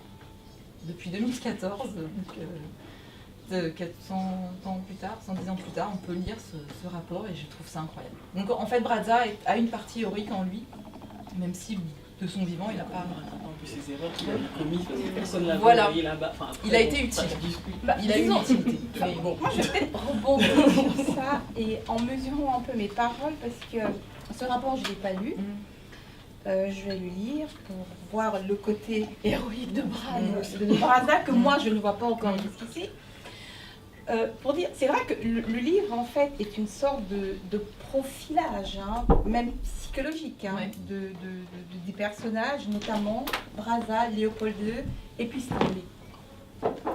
Mais je vais encore revenir dessus, je vais encore appuyer. Pour moi, ça reste quand même un profilage occidental. Ça veut dire que ce sont des Occidentaux qui se mettent qui sont à la fois psychologues et malades. Ça veut dire qu'ils font une auto-analyse de ce qu'ils ont été à ce moment-là. Mais une fois de plus, en restant dans ce schéma-là, il y a toujours une parole qui n'est pas entendue. Ce que je disais par rapport à ces deux personnes-là, de Brazza et puis Stanley, lorsque vous allez de l'autre côté de l'Atlantique, il y a, mais en aucun moment, à aucune seconde, on vous dira que ce sont des héros de quelque manière que ce soit. Ce sont des affreux, vraiment affreux avec grand A. Et ce qui se dit, parce que j'ai regardé une ou deux émissions en venant pour... je vous en ai envoyé d'ailleurs quelques-unes sur le... Voilà. Il y avait un reportage de Arte, justement, sur ces personnages-là. Et ce que moi j'ai cru comprendre qui ressortait de ce reportage-là, c'est qu'il y avait une sorte de... comment dire, une sorte de réhabilitation de ces figures-là en Occident. C'est-à-dire que à un moment donné, pas seulement Brazza, mais aussi Léopold II, à un moment donné, tout le monde était à peu près d'accord que c'était des affreux. Et puis, petit à petit, déjà, Stanley, déjà au moment même où ça s'est passé, le gars, il a été anobli, etc. Alors que voilà. Donc, à un moment donné, tout le monde était à peu près d'accord que c'était des affrontements, des décolonisations, etc. Mais maintenant... À quel moment vous... Au moment de des décolonisations, oui. exactement. Voilà. Donc tout le monde avait l'impression qu'on était d'accord sur le fait que si les Africains se sont battus, etc., maintenant ils veulent... C'est que cette période-là, y compris tous les acteurs de cette période-là, c'était des pourritures. Et depuis un certain moment, on commence à réhabiliter, Léopold II d'ailleurs, voilà, il a des statues, etc. En ce qui concerne précisément de Brazza, il y a quelque chose qui se passe au Congo depuis un certain temps. On déterre des corps en Algérie, on les enterre au Congo, maintenant on veut les déterrer du Congo pour les ramener je ne sais pas où. Et il y a une mobilisation au niveau des Congolais, je sais. Il y a eu des marches parce que de Brazza, par exemple, on lui a construit un mausolée, mais vraiment immense. Au Congo, de plusieurs millions de francs dans un pays où les gens sont dans une certaine situation économique. Donc les Congolais ne comprennent pas, on lui a construit un mausolée, on lui a construit une statue, etc. Donc les gens, c'est comme une... Et c'est fait de la part de leur chef d'État, le président du Congo qui a fait ça, en association avec l'ambassade de France au Congo et plus d'autres associations, etc. Donc les gens ne comprennent pas ce qui se passe. On dit, mais c'est des gens, on sait qu'ils nous ont fait du mal, et maintenant on essaie de nous expliquer que finalement, quelque part, ils avaient quand même un côté qui était quand même humain, et quelque part, voilà. Donc c'est un discours qui est on est ici et maintenant au même endroit, mais vous et moi, quelque part, moi je suis née au Cameroun, j'ai grandi au Cameroun, etc. On a une perception qui est complètement différente de ces gens-là et qui peut-être ne pourra jamais se rencontrer, mais on peut discuter dessus. On peut discuter dessus. Voilà. Donc pour moi, de Brazza, jamais de la vie. Jamais de la vie. Non, mais très bien. Mais je comprends très bien cette question-là. Mais alors justement, moi je trouve que c'est une question politique très importante que vous soulevez. Parce que qu'est-ce que vous pensez, vous pouvez critiquer Brazza, mais qu'est-ce que vous pensez de tout le gouvernement français, du gouvernement britannique, belge, de tous les gouvernements occidentaux? Pourquoi pointer du doigt Brazza et respecter même le président actuel? Alors aucun respect possible, il n'y a pas de respect. Bon, voilà, on est alors pour moi c'est un package, oui. On n'enlève personne de ce package-là, ils ont été complices de Brazza, c'était... Et Stanley, c'était tout simplement des mercenaires. Nous, on les voit comme des mercenaires qui savaient exactement ce qu'ils allaient faire là-bas. Ils étaient payés pour ça, ils en avaient pleinement conscience et ils ont accepté le job. Ils ont fait le job. Ils ont été payés pour ça. Voilà. Donc, si de Brazza, vous me dites, je vais aller lire le rapport, peut-être ça me réconcilie un tout petit peu avec lui. Si vous me dites que qui s'est racheté un tout petit peu à la fin de sa vie, on n'en a pas beaucoup parlé, moi je l'ai pas entendu. Mais non, mais vous imaginez bien qu'on en parlera pas. Voilà, justement. Voilà, donc sur le roman, ça sort beaucoup. Voilà, donc c'est une espèce d'examen. Et c'est ça d'ailleurs, excuse-moi de te couper, c'est ça qui ressort beaucoup dans le roman par rapport au personnage de Stanley qui moi m'a profondément. Enfin, j'ai détesté ce personnage. Alors déjà, je détestais le nom en apprenant ce qu'il avait fait. En rentrant dans sa psychologie, c'est encore pire. Et en fait, il y a. Qu'on le veuille ou non, il y a comme une volonté d'humanisation, comme une volonté de se dire j'ai fait ça, c'est vrai, j'ai fait des bonnes choses aussi. D'ailleurs, demain, vous verrez, je serai jeté. Il y a un passage comme ça, je ne vais pas dire tout, mais demain, je serai jeté aux orties, c'est moi qui vais tout prendre. Mais en fait, je ne suis pas tout seul. En fait, derrière moi, il y a des gens qui m'ont envoyé et tout. Et en fait, les personnages, comme ils sont décrits, que ce soit Brazza ou Stanley, c'est comme si on leur donnait une espèce d'escape. Vous voyez, un truc de se dire oui, mais en fait ils n'étaient pas tout seuls, mais en fait la culpabilité elle reste là et du coup c'est assez subtil. Et pour moi personnellement, il y a un problème dans cette subtilité, dans la volonté d'être subtil à ce point. Je comprends. Vous voyez, mais ça je l'assume parce que c'est vraiment mon choix et de dire que celui qui est sur place, c'est comme prenez les pires ordures de l'histoire. Dans tous les pays et bon, enfin non parce que certaines pires ordures avaient vraiment le pouvoir entre les mains donc c'est très différent. Ces ordures là disons. Alors Stanley, il y a une biographie de Stanley qui est magnifique, qui est ultra documentée, qui date de 2006, qui a été écrite par un Britannique Et en fait, c'est la première biographie qui justement qui tempère et qui rend subtile cette vision du personnage. Parce que jusque-là, en effet, il y a eu toute une vague entre les années 60 et les années 2000 où les biographies étaient uniquement à charge. Et cette biographie de 2006, elle est incroyable parce qu'elle est vraiment complète. L'auteur est allé aux archives de Bruxelles pour sortir toutes les lettres entre Stanley et Léopold II, donc c'est vraiment très riche. Et il a été attaqué, cet auteur, parce que, en gros, on l'accuse de réhabiliter un monstre historique. Et je trouve que monstre historique, ça correspond assez. Mais ce qui est fou, c'est qu'on peut critiquer Stanley, évidemment.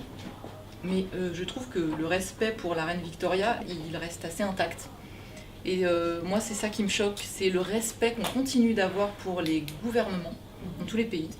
On continue d'aller voter en se disant la démocratie, ça passe par là. Et enfin, en Europe, et puis comme ça, on regarde les pays africains qui ne savent pas organiser les élections. Oh là là, mais ils n'y arrivent jamais du premier coup, il faut les surveiller. On a Le Drian qui donne son avis sur les élections congolaises en disant ça s'est très bien déroulé cette fois-ci, mais de quoi je me mêle. Donc nous, on a le monopole en Europe des bonnes élections et tout ça. Et on respecte les gens qu'on élit, on respecte toutes ces figures. Et je ne comprends pas ce décalage. Donc moi, ce que j'ai voulu faire aussi, c'est peut-être maladroit parce que pour le coup, les autres gouvernements ne sont pas trop écornés à part Léopold II, donc c'est la seule figure, il prend cher.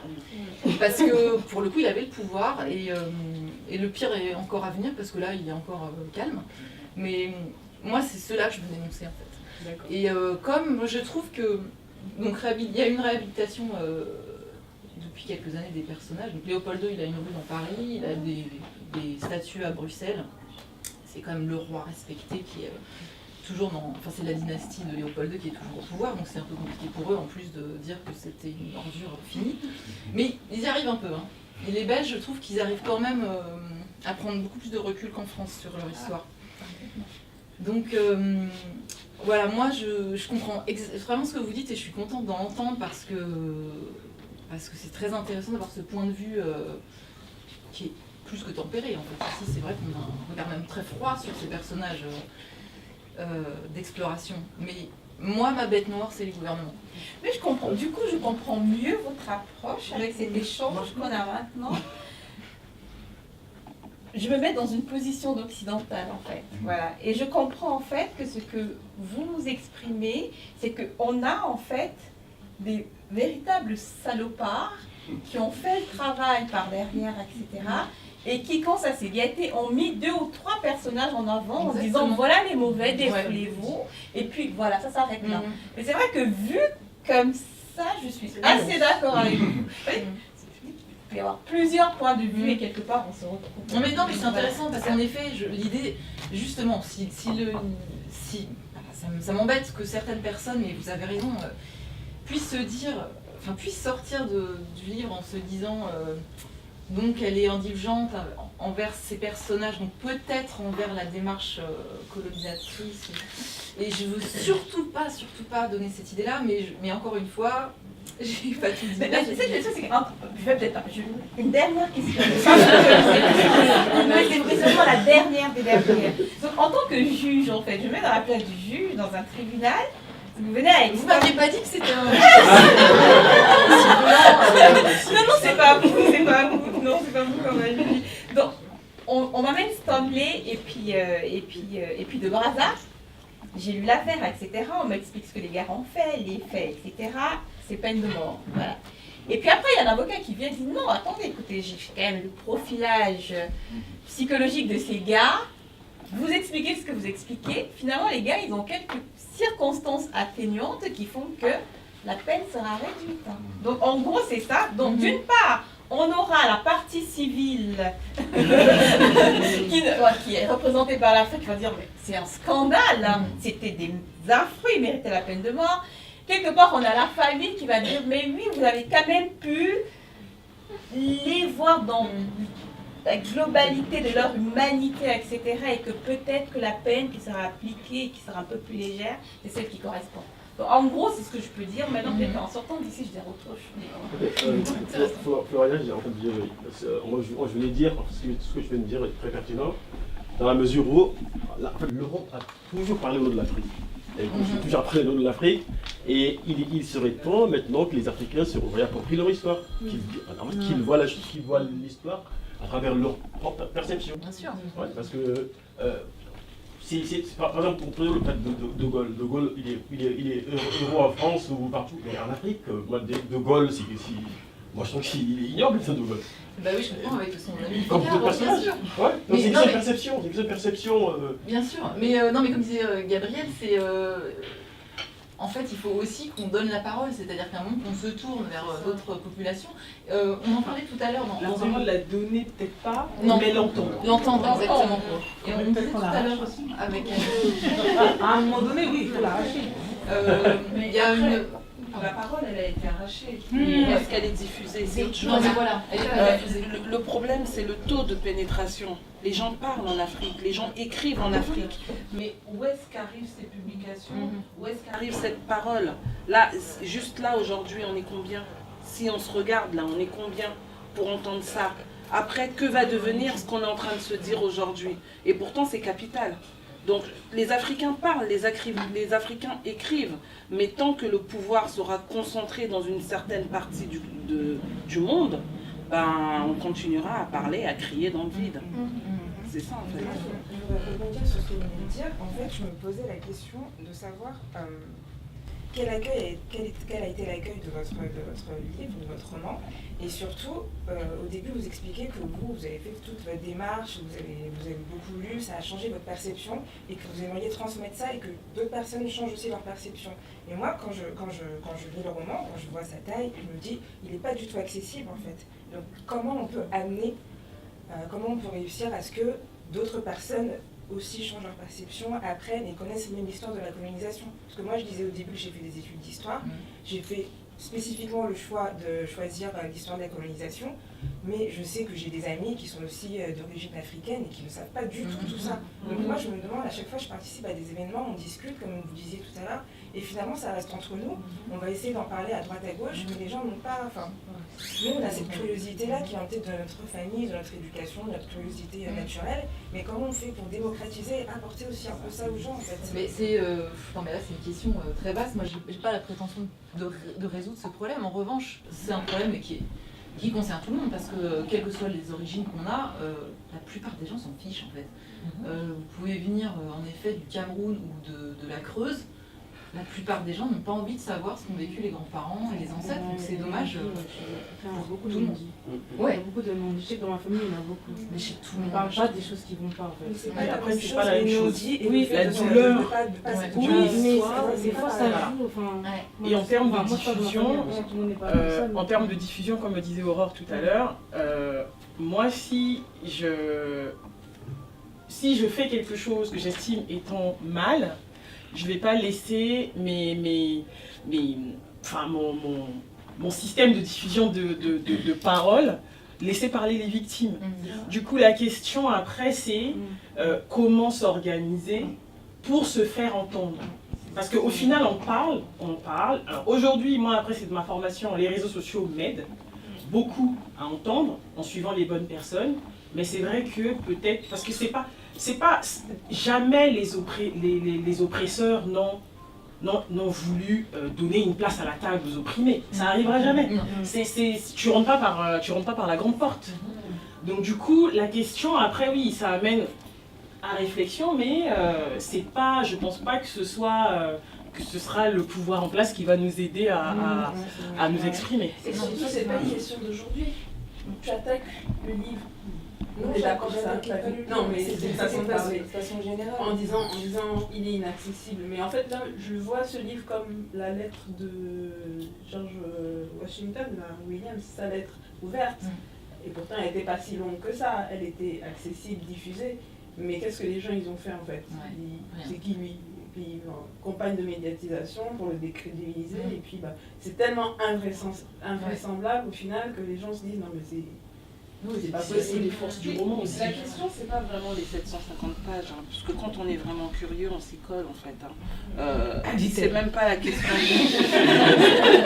c'est même pas la question de l'auteur. J'ai pas la prétention d'apporter la réponse à cette question parce qu'effectivement elle est vaste. Après, il y a quand même une différence entre ce qui se passait avant et maintenant. Comme disait Christelle, il y a les réseaux sociaux déjà qui aident. Il y a aussi cette jeunesse dont je ne fais plus partie, mais vous êtes là. Et c'est à vous d'essayer d'aller un peu plus loin que les précédents et ainsi de suite. Déjà, le fait qu'on soit là, c'est une forme de réussite et il faut la continuer, il faut continuer à parler. J'ai regardé un documentaire la semaine dernière, des femmes et des hommes, qui parlait de la position de la femme un peu dans le monde et ne fût-ce qu'au niveau des conflits qui existent dans le monde. Lorsqu'on veut trouver des résolutions à ce conflit, on faisait remarquer que dans toutes les sphères de pouvoir décisionnaire, il y avait très peu de femmes ou quasi pas du tout. Et que du coup, dans la résolution des conflits dans le monde, c'était assez difficile d'exclure, on va dire, la moitié de la population mondiale pour chercher à résoudre des conflits dans lesquels justement cette moitié est impliquée. Et on disait que la présence des femmes à cette table était importante parce que tant qu'on n'entendait pas les victimes de ces conflits, on ne pouvait pas vraiment les résoudre. Et là c'est pareil, pour les problèmes qu'il y a en Afrique, tant qu'on n'entendra pas vraiment la voix des Africains, on va continuer à tourner en rond. Donc c'est à nous de donner de la voix à nos enfants et ainsi de suite. Et il y a quelques temps, on était esclaves. Aujourd'hui, on peut se retrouver dans une salle, une hôtel et parler. Donc il y a quand même un grand pas qui a été fait et il faut continuer, ainsi de suite. C'est une forme de réponse.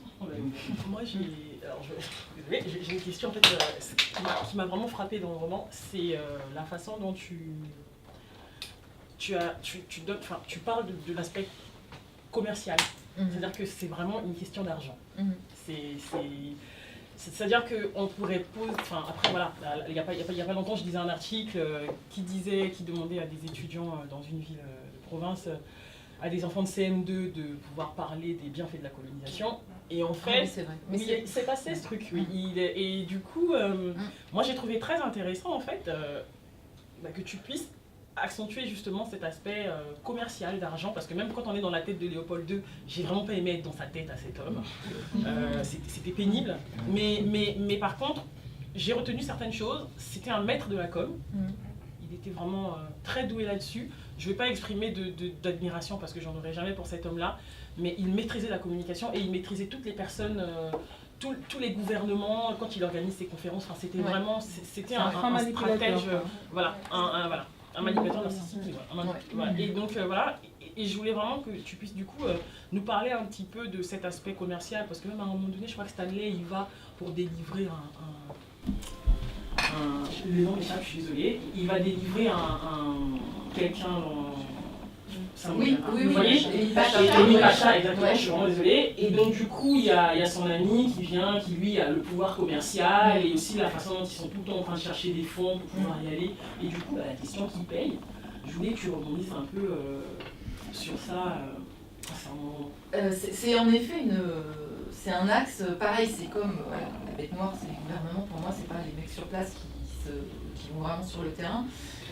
C'est les mecs qui financent. Le problème, c'est l'aspect commercial, il est très intéressant. C'est-à-dire que pareil, dans la traite, le problème n'est pas uniquement, alors attention, je dis bien uniquement l'homme qui va capturer, c'est le client.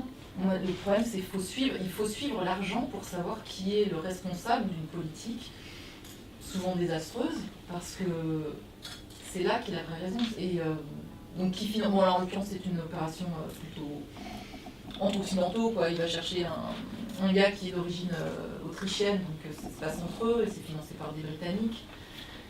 Mais toutes ces campagnes-là sont financées par, soit par des entreprises, là c'est une entreprise privée d'ailleurs, mais sinon à l'époque c'était financé par les gouvernements, donc par les États, donc par les contribuables. Donc pour que le contribuable paie des campagnes comme ça, des campagnes de colonisation, pour que tous on y aille de notre poche pour aller ravager des pays, bah, il faut qu'on ait envie.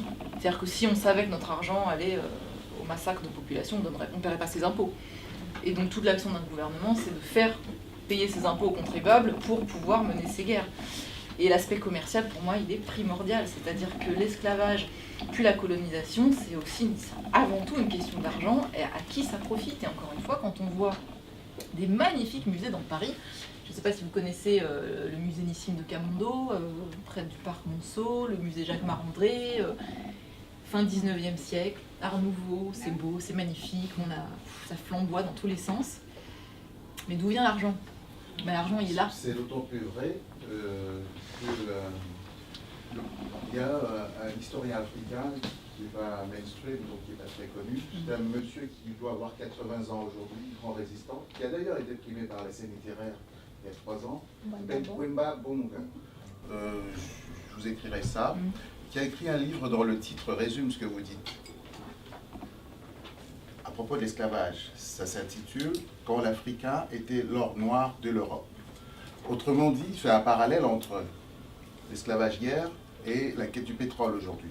C'est-à-dire que c'est l'énergie, c'est la matière première. On parle de la révolution industrielle ici, comme ayant commencé avec la mécanisation et tout ça, mais l'esclavage est très très marquant de ça, parce que, moi si je se posais la question, les critiques à l'encontre des Africains, c'est de dire oui, ils se victimisent, oui, ceci, cela. Et ils ont participé. Alors, Wemba Bonga a écrit un livre magistral. Et j'ai eu l'occasion de travailler avec lui. Et quand nous avons fait l'émission, il avait insisté pour que dans le titre de l'émission, il y ait l'expression « la dynamique ». Et c'était la dynamique de l'industrie esclavagiste. C'est très important. Dynamique, industrie, esclavagisme. Autrement dit, comme dans tous les mécanismes d'occupation, quand l'adversaire est plus fort, quand tout est détruit, parce que la destruction de l'Afrique est antérieure. Elle est faite par les Arabes. Et ça, on en parle pas beaucoup. C'est l'Arabe qui affaiblit à ce point l'Afrique qu'elle cède enfin aux Européens ce que Constantin n'avait pas réussi face aux Candaces, qui étaient des femmes nubiennes, 5e siècle. C'est-à-dire plus de 1000 ans avant. L'Afrique a reculé, c'est-à-dire que notre frontière naturelle, c'est pour ça que l'Égypte est importante pour nous aujourd'hui. Ce n'est pas une réappropriation de quoi que ce soit, c'est notre frontière contre le monde. Jusqu'à ce moment-là, puisqu'il y a une frontière terrestre entre l'Égypte et le reste du monde, ce qu'on oublie. On marche par le désert, on marche à pied. Donc à ce moment-là, ça se passait à pied. Depuis 700 ans avant Jésus-Christ, les Hyksos, les premières attaques contre l'Égypte, ça dure très longtemps, jusqu'en 30 après Jésus-Christ, par les Romains, les Grecs, les Romains, les Arabes. Très bien. Et les Arabes arrivent au Soudan. Le Soudan n'est pas le Soudan actuel, c'est toute l'Afrique noire, disons. Al-Soudan, le pays des Noirs. 9e siècle. 11e siècle, il y a déjà des confréries musulmanes au Sénégal. 11e siècle, au Sénégal. Et le Sénégal, ce n'est pas celui actuel, c'est tout ce qui est Sénégal, Mali et tout le reste. La charte de Kouroukan Fouga, c'est au Mali, 12e siècle, le roi Soundiata Keïta qui a interdit l'esclavage. Pourquoi je vous dis ça? L'Afrique a résisté, y compris aux Romains, pendant des siècles. Mais attaquer, elle a reflué. Si les gens se retrouvent aujourd'hui dans des broussailles plutôt que dans des cités, qui existent dans tous les écrits des explorateurs, au XVe siècle, nous sommes encore au même niveau que l'Europe de développement. Puisque les villes, quand les Portugais, ils ont décidé, il y a des lithographies, il y a des représentations, les villes sont plus impressionnantes là-bas, même les châteaux forts existaient. Donc, quand ces gens sont affaiblis, il ne leur reste plus d'eux que le souvenir de ce qu'ils étaient. Une espèce de conception, je dirais, métaphysique de la vie. C'était des espèces de théocratie, mais dans une tolérance. C'est pour ça que les gens ont pensé à l'animisme. C'est-à-dire que nous croyons dans tout et rien du tout, finalement. Non, nous respectons la croyance de chacun. Et nous croyons que la nature, qui vient de l'égyptien nature, Medou, Néter, la parole de Dieu, la nature, est la parole de Dieu. Et chacun l'entend à travers ce qui est devant lui, qui veut vénérer. C'est une parcelle du Créateur, de la création et de la totalité, puisque le tout et le grand, ils sont liés. Quand vous arrivez en 1600, en 1500, en 1432, premier navire du côté du Nigeria, Calabar, comme par hasard, plus ça se répète, hein, c'est la partie qui touche Boko Haram et tout ça aujourd'hui. Ce sont les mêmes routes. Boko Haram, le Tchad, la Libye, ce sont les mêmes routes. Parce qu'en fait, c'est structurel. Là, on a cassé la racine d'une identité, d'une nation, c'était des nations. Il faut recoller les morceaux. Hein. Ça prend du temps. D'autant plus que, vous faites bien de le dire, ça n'a jamais cessé. Effectivement, depuis ce temps-là, c'est du commerce. Quand Moussa et c'est Tador, c'est du commerce. C'est-à-dire que la puissance, quand quelqu'un nous dit la violence est le moteur de l'histoire, évidemment, c'est très ancien. Donc, la force, la souveraineté, la puissance et la richesse vont toujours de pair. C'est un tout. Et donc, au fur et à mesure que ce commerce était florissant, l'Europe s'enrichissait et c'est connu. Toutes les villes, si vous allez à Bordeaux, ils ont fait un petit effort, il y a un petit musée à Bordeaux qui a essayé de dire oui, avant ça, etc. Nantes essaye aussi quelque chose. Bon, très bien. Mais la richesse est proportionnelle à l'intensité de ce commerce. Et d'ailleurs, l'abolitionnisme humanitaire, il y a un grand débat. La guerre entre le Nord et le Sud aux États-Unis, c'est peut-être aussi la guerre pour arrêter l'esclavage, parce qu'il y a un dumping des États du Sud, et donc il plombe l'économie. Oui, c'est du commerce. Et qui est arrivé jusqu'à la réification de l'humain. Parce qu'à cette époque, la conception de la vie, c'était autre chose. Non pas que nous étions parfaits, mais nous étions chez nous. Nous vivions nos vies chez nous. On aurait pu envahir le monde autrefois, puisqu'on en avait les possibilités. Mais c'est une autre conception de l'existence. Il y a toujours des affrontements entre des voisins qui rivalisent, etc. C'est humain. Et plus on est nombreux, plus on est fort. Mais pour être nombreux, il faut soumettre. Mais c'est le traitement de l'humain qui est au cœur de tout ça après. Oui, il y a eu l'argent, il y a aussi une philosophie. Parce que la tentative de faire disparaître l'Africain de l'histoire explique beaucoup de choses. Ça commence par la religion. Quand on dit civilisation judéo-chrétienne, on oublie de dire qu'ils ont tout appris ailleurs. C'est ça la vérité du christianisme lui-même, dans ses fondements, tout ça, c'est Osiris, Isis, tout bazar réécrit. Mais personne ne veut dire, mais le credo, c'est la prière que Pharaon répétait le matin, etc. Et ça existe, c'est-à-dire, c'est littéral, mot à mot, mot pour mot. Quand on veut effacer, on efface physiquement. Mais non, il y a une résistance, c'est là. Maintenant, on efface les symboles, les traces, les marques, les ceci, les cela. Bon, on en est là. Mais comme nous renaissons toujours, nous sommes là. Il y a eu Obama. Voici Sibendia qui est arrivé là. Je n'ai pas fini. On est ensemble, comme quelqu'un avait dit. Donc voilà, c'est du commerce. C'est arrivé trop loin. Mais c'est très ancien, parce que quand on nous parle du XVIe siècle, on oublie 1000 ans, peut-être plus. Ce sont des assauts parce que l'Afrique, c'est le pays du miel et du lait. C'est le jardin d'Éden, c'est le paradis, c'est ça. Qui avait tout, qui a toujours eu tout, il fait beau, il y a tout. Et puis, il y a tout. On ne souffre pas pour manger. Derrière ta maison, il y a un arbre qui te donne à manger, il y a tout. On ne souffre pas, vous imaginez, avant qu'on découvre des techniques d'agriculture, comment il a pu être difficile de manger ici. Vous pouvez imaginer ça? Parce qu'on oublie, on se fait oublier les choses pour laisser croire qu'on a toujours été comme ça. En 1949, quand l'abbé Pierre pleure là, il n'y a pas de toilettes à Paris dans les maisons. Il n'y a pas. Il n'y en avait pas. Je rebondis sur ce que tu dis, et ce sera ma dernière question. Je sais que je dis souvent ça. Ce sera ma dernière question avant la pause, en fait, pour Jennifer. C'est que je suivais cette interview que vous avez donnée sur TV5 Monde, et je me rappelle qu'à un moment, vous dites aux journalistes, et c'est un peu le thème aujourd'hui, hein, vous dites aux journalistes, il faut comprendre le passé, en fait, pour se rendre compte des enjeux actuels. Et à ce moment-là, je pense qu'il n'y avait plus assez de temps. Le journaliste a un peu coupé, peut-être qu'il s'en foutait aussi. Voilà, exactement. Je voulais rebondir. De quels enjeux actuels? Est-ce que vous en avez un à l'esprit particulièrement? Non, pas un seul, mais tous. Enfin, la guerre au Moyen-Orient, la guerre en Syrie, par exemple, c'est les mêmes mots qu'on retrouve aujourd'hui que j'ai retrouvé. Enfin, j'ai eu eu la chance, moi, de tomber sur ces articles de journaux, c'est pas moi qui les ai découverts, hein, mais on voit la même chose, il faut aller aider un peuple qui est opprimé par son président, par son chef d'État, mais laissez-les. Mais qui on est, et en fait, il est parti Gabriel. Pourquoi aussi il y a des figures qui sont plus ou moins rendues plus subtiles, comme Stanley, tout ça, parce que voilà, ce qui me dérange, c'est que ces gens-là ne portent pas de discours. Ces gens-là sont vraiment des hommes d'action.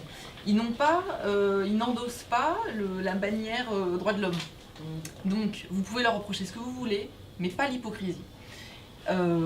Or, quand on parle de droits de l'homme, en fait, quand on essaie de construire cette Europe où chaque pays individuellement, ou les États-Unis qui se posent en défenseurs du monde, de la démocratie, le problème c'est qu'ils ont oublié, ou en tout cas ils cachent, ils sont cadrés de manière à ce qu'on ne voit pas les pieds dans le sang. Et l'Europe c'est ça. Et aujourd'hui encore, quand on va faire la guerre à un pays en disant officiellement que c'est pour aider un peuple comme le Koweït à l'époque, les pauvres Koweïtiens, ils étaient quand même, ils roulaient sur l'or à l'époque, c'était pas un petit pays malheureux. À chaque fois qu'on va défendre un peuple, en fait on sait très bien, mais en fait quand vous le dites, en plus les gens disent bah oui on sait que c'est pour les ressources, bah oui mais si vous le savez, pourquoi vous acceptez? Pourquoi vous continuez de financer ces gouvernements qui vous mentent, qui vous disent on y va pour aider les pro-syriens, les défendre contre Daesh, contre Bachar el-Assad, c'est pareil partout, en Irak, en Centrafrique, c'est pareil dans tous les pays, alors qu'en fait la vérité c'est juste on a besoin de ressources, la question elle n'est que là. Donc les gens ici sont finalement complices entre guillemets. Ben oui, parce que on est tous complices. On n'a pas le choix. On n'a pas vraiment le choix. Après, soit on a conscience des choses et on essaie de minimiser ses impacts financiers. On fait la révolution. Alors, je sais pas comment, parce que c'est pas mon rôle. Moi, j'ai choisi d'écrire, hein, c'est confortable, c'est plus facile. Les gilets jaunes. Mais pourquoi pas? Voilà, on peut se réveiller contre ces gouvernements qui nous mentent. On peut ensuite dire, oui, bah, on fait quoi sans pétrole, on fait quoi sans gaz? L'Algérie avait quand même encore Total qui exploite le gaz naturel, donc les élections sont importantes autant pour nous que pour eux. Je sais pas moi, je sais pas ce qu'on fait sans pétrole, mais il se trouve qu'en plus ça pollue, donc en fait c'est fou, mais on marche à l'envers, on va exploiter des ressources qui devraient plus être exploitées en asservant des peuples ou en les essayant soi-disant de les retirer au joug de leurs dictateurs.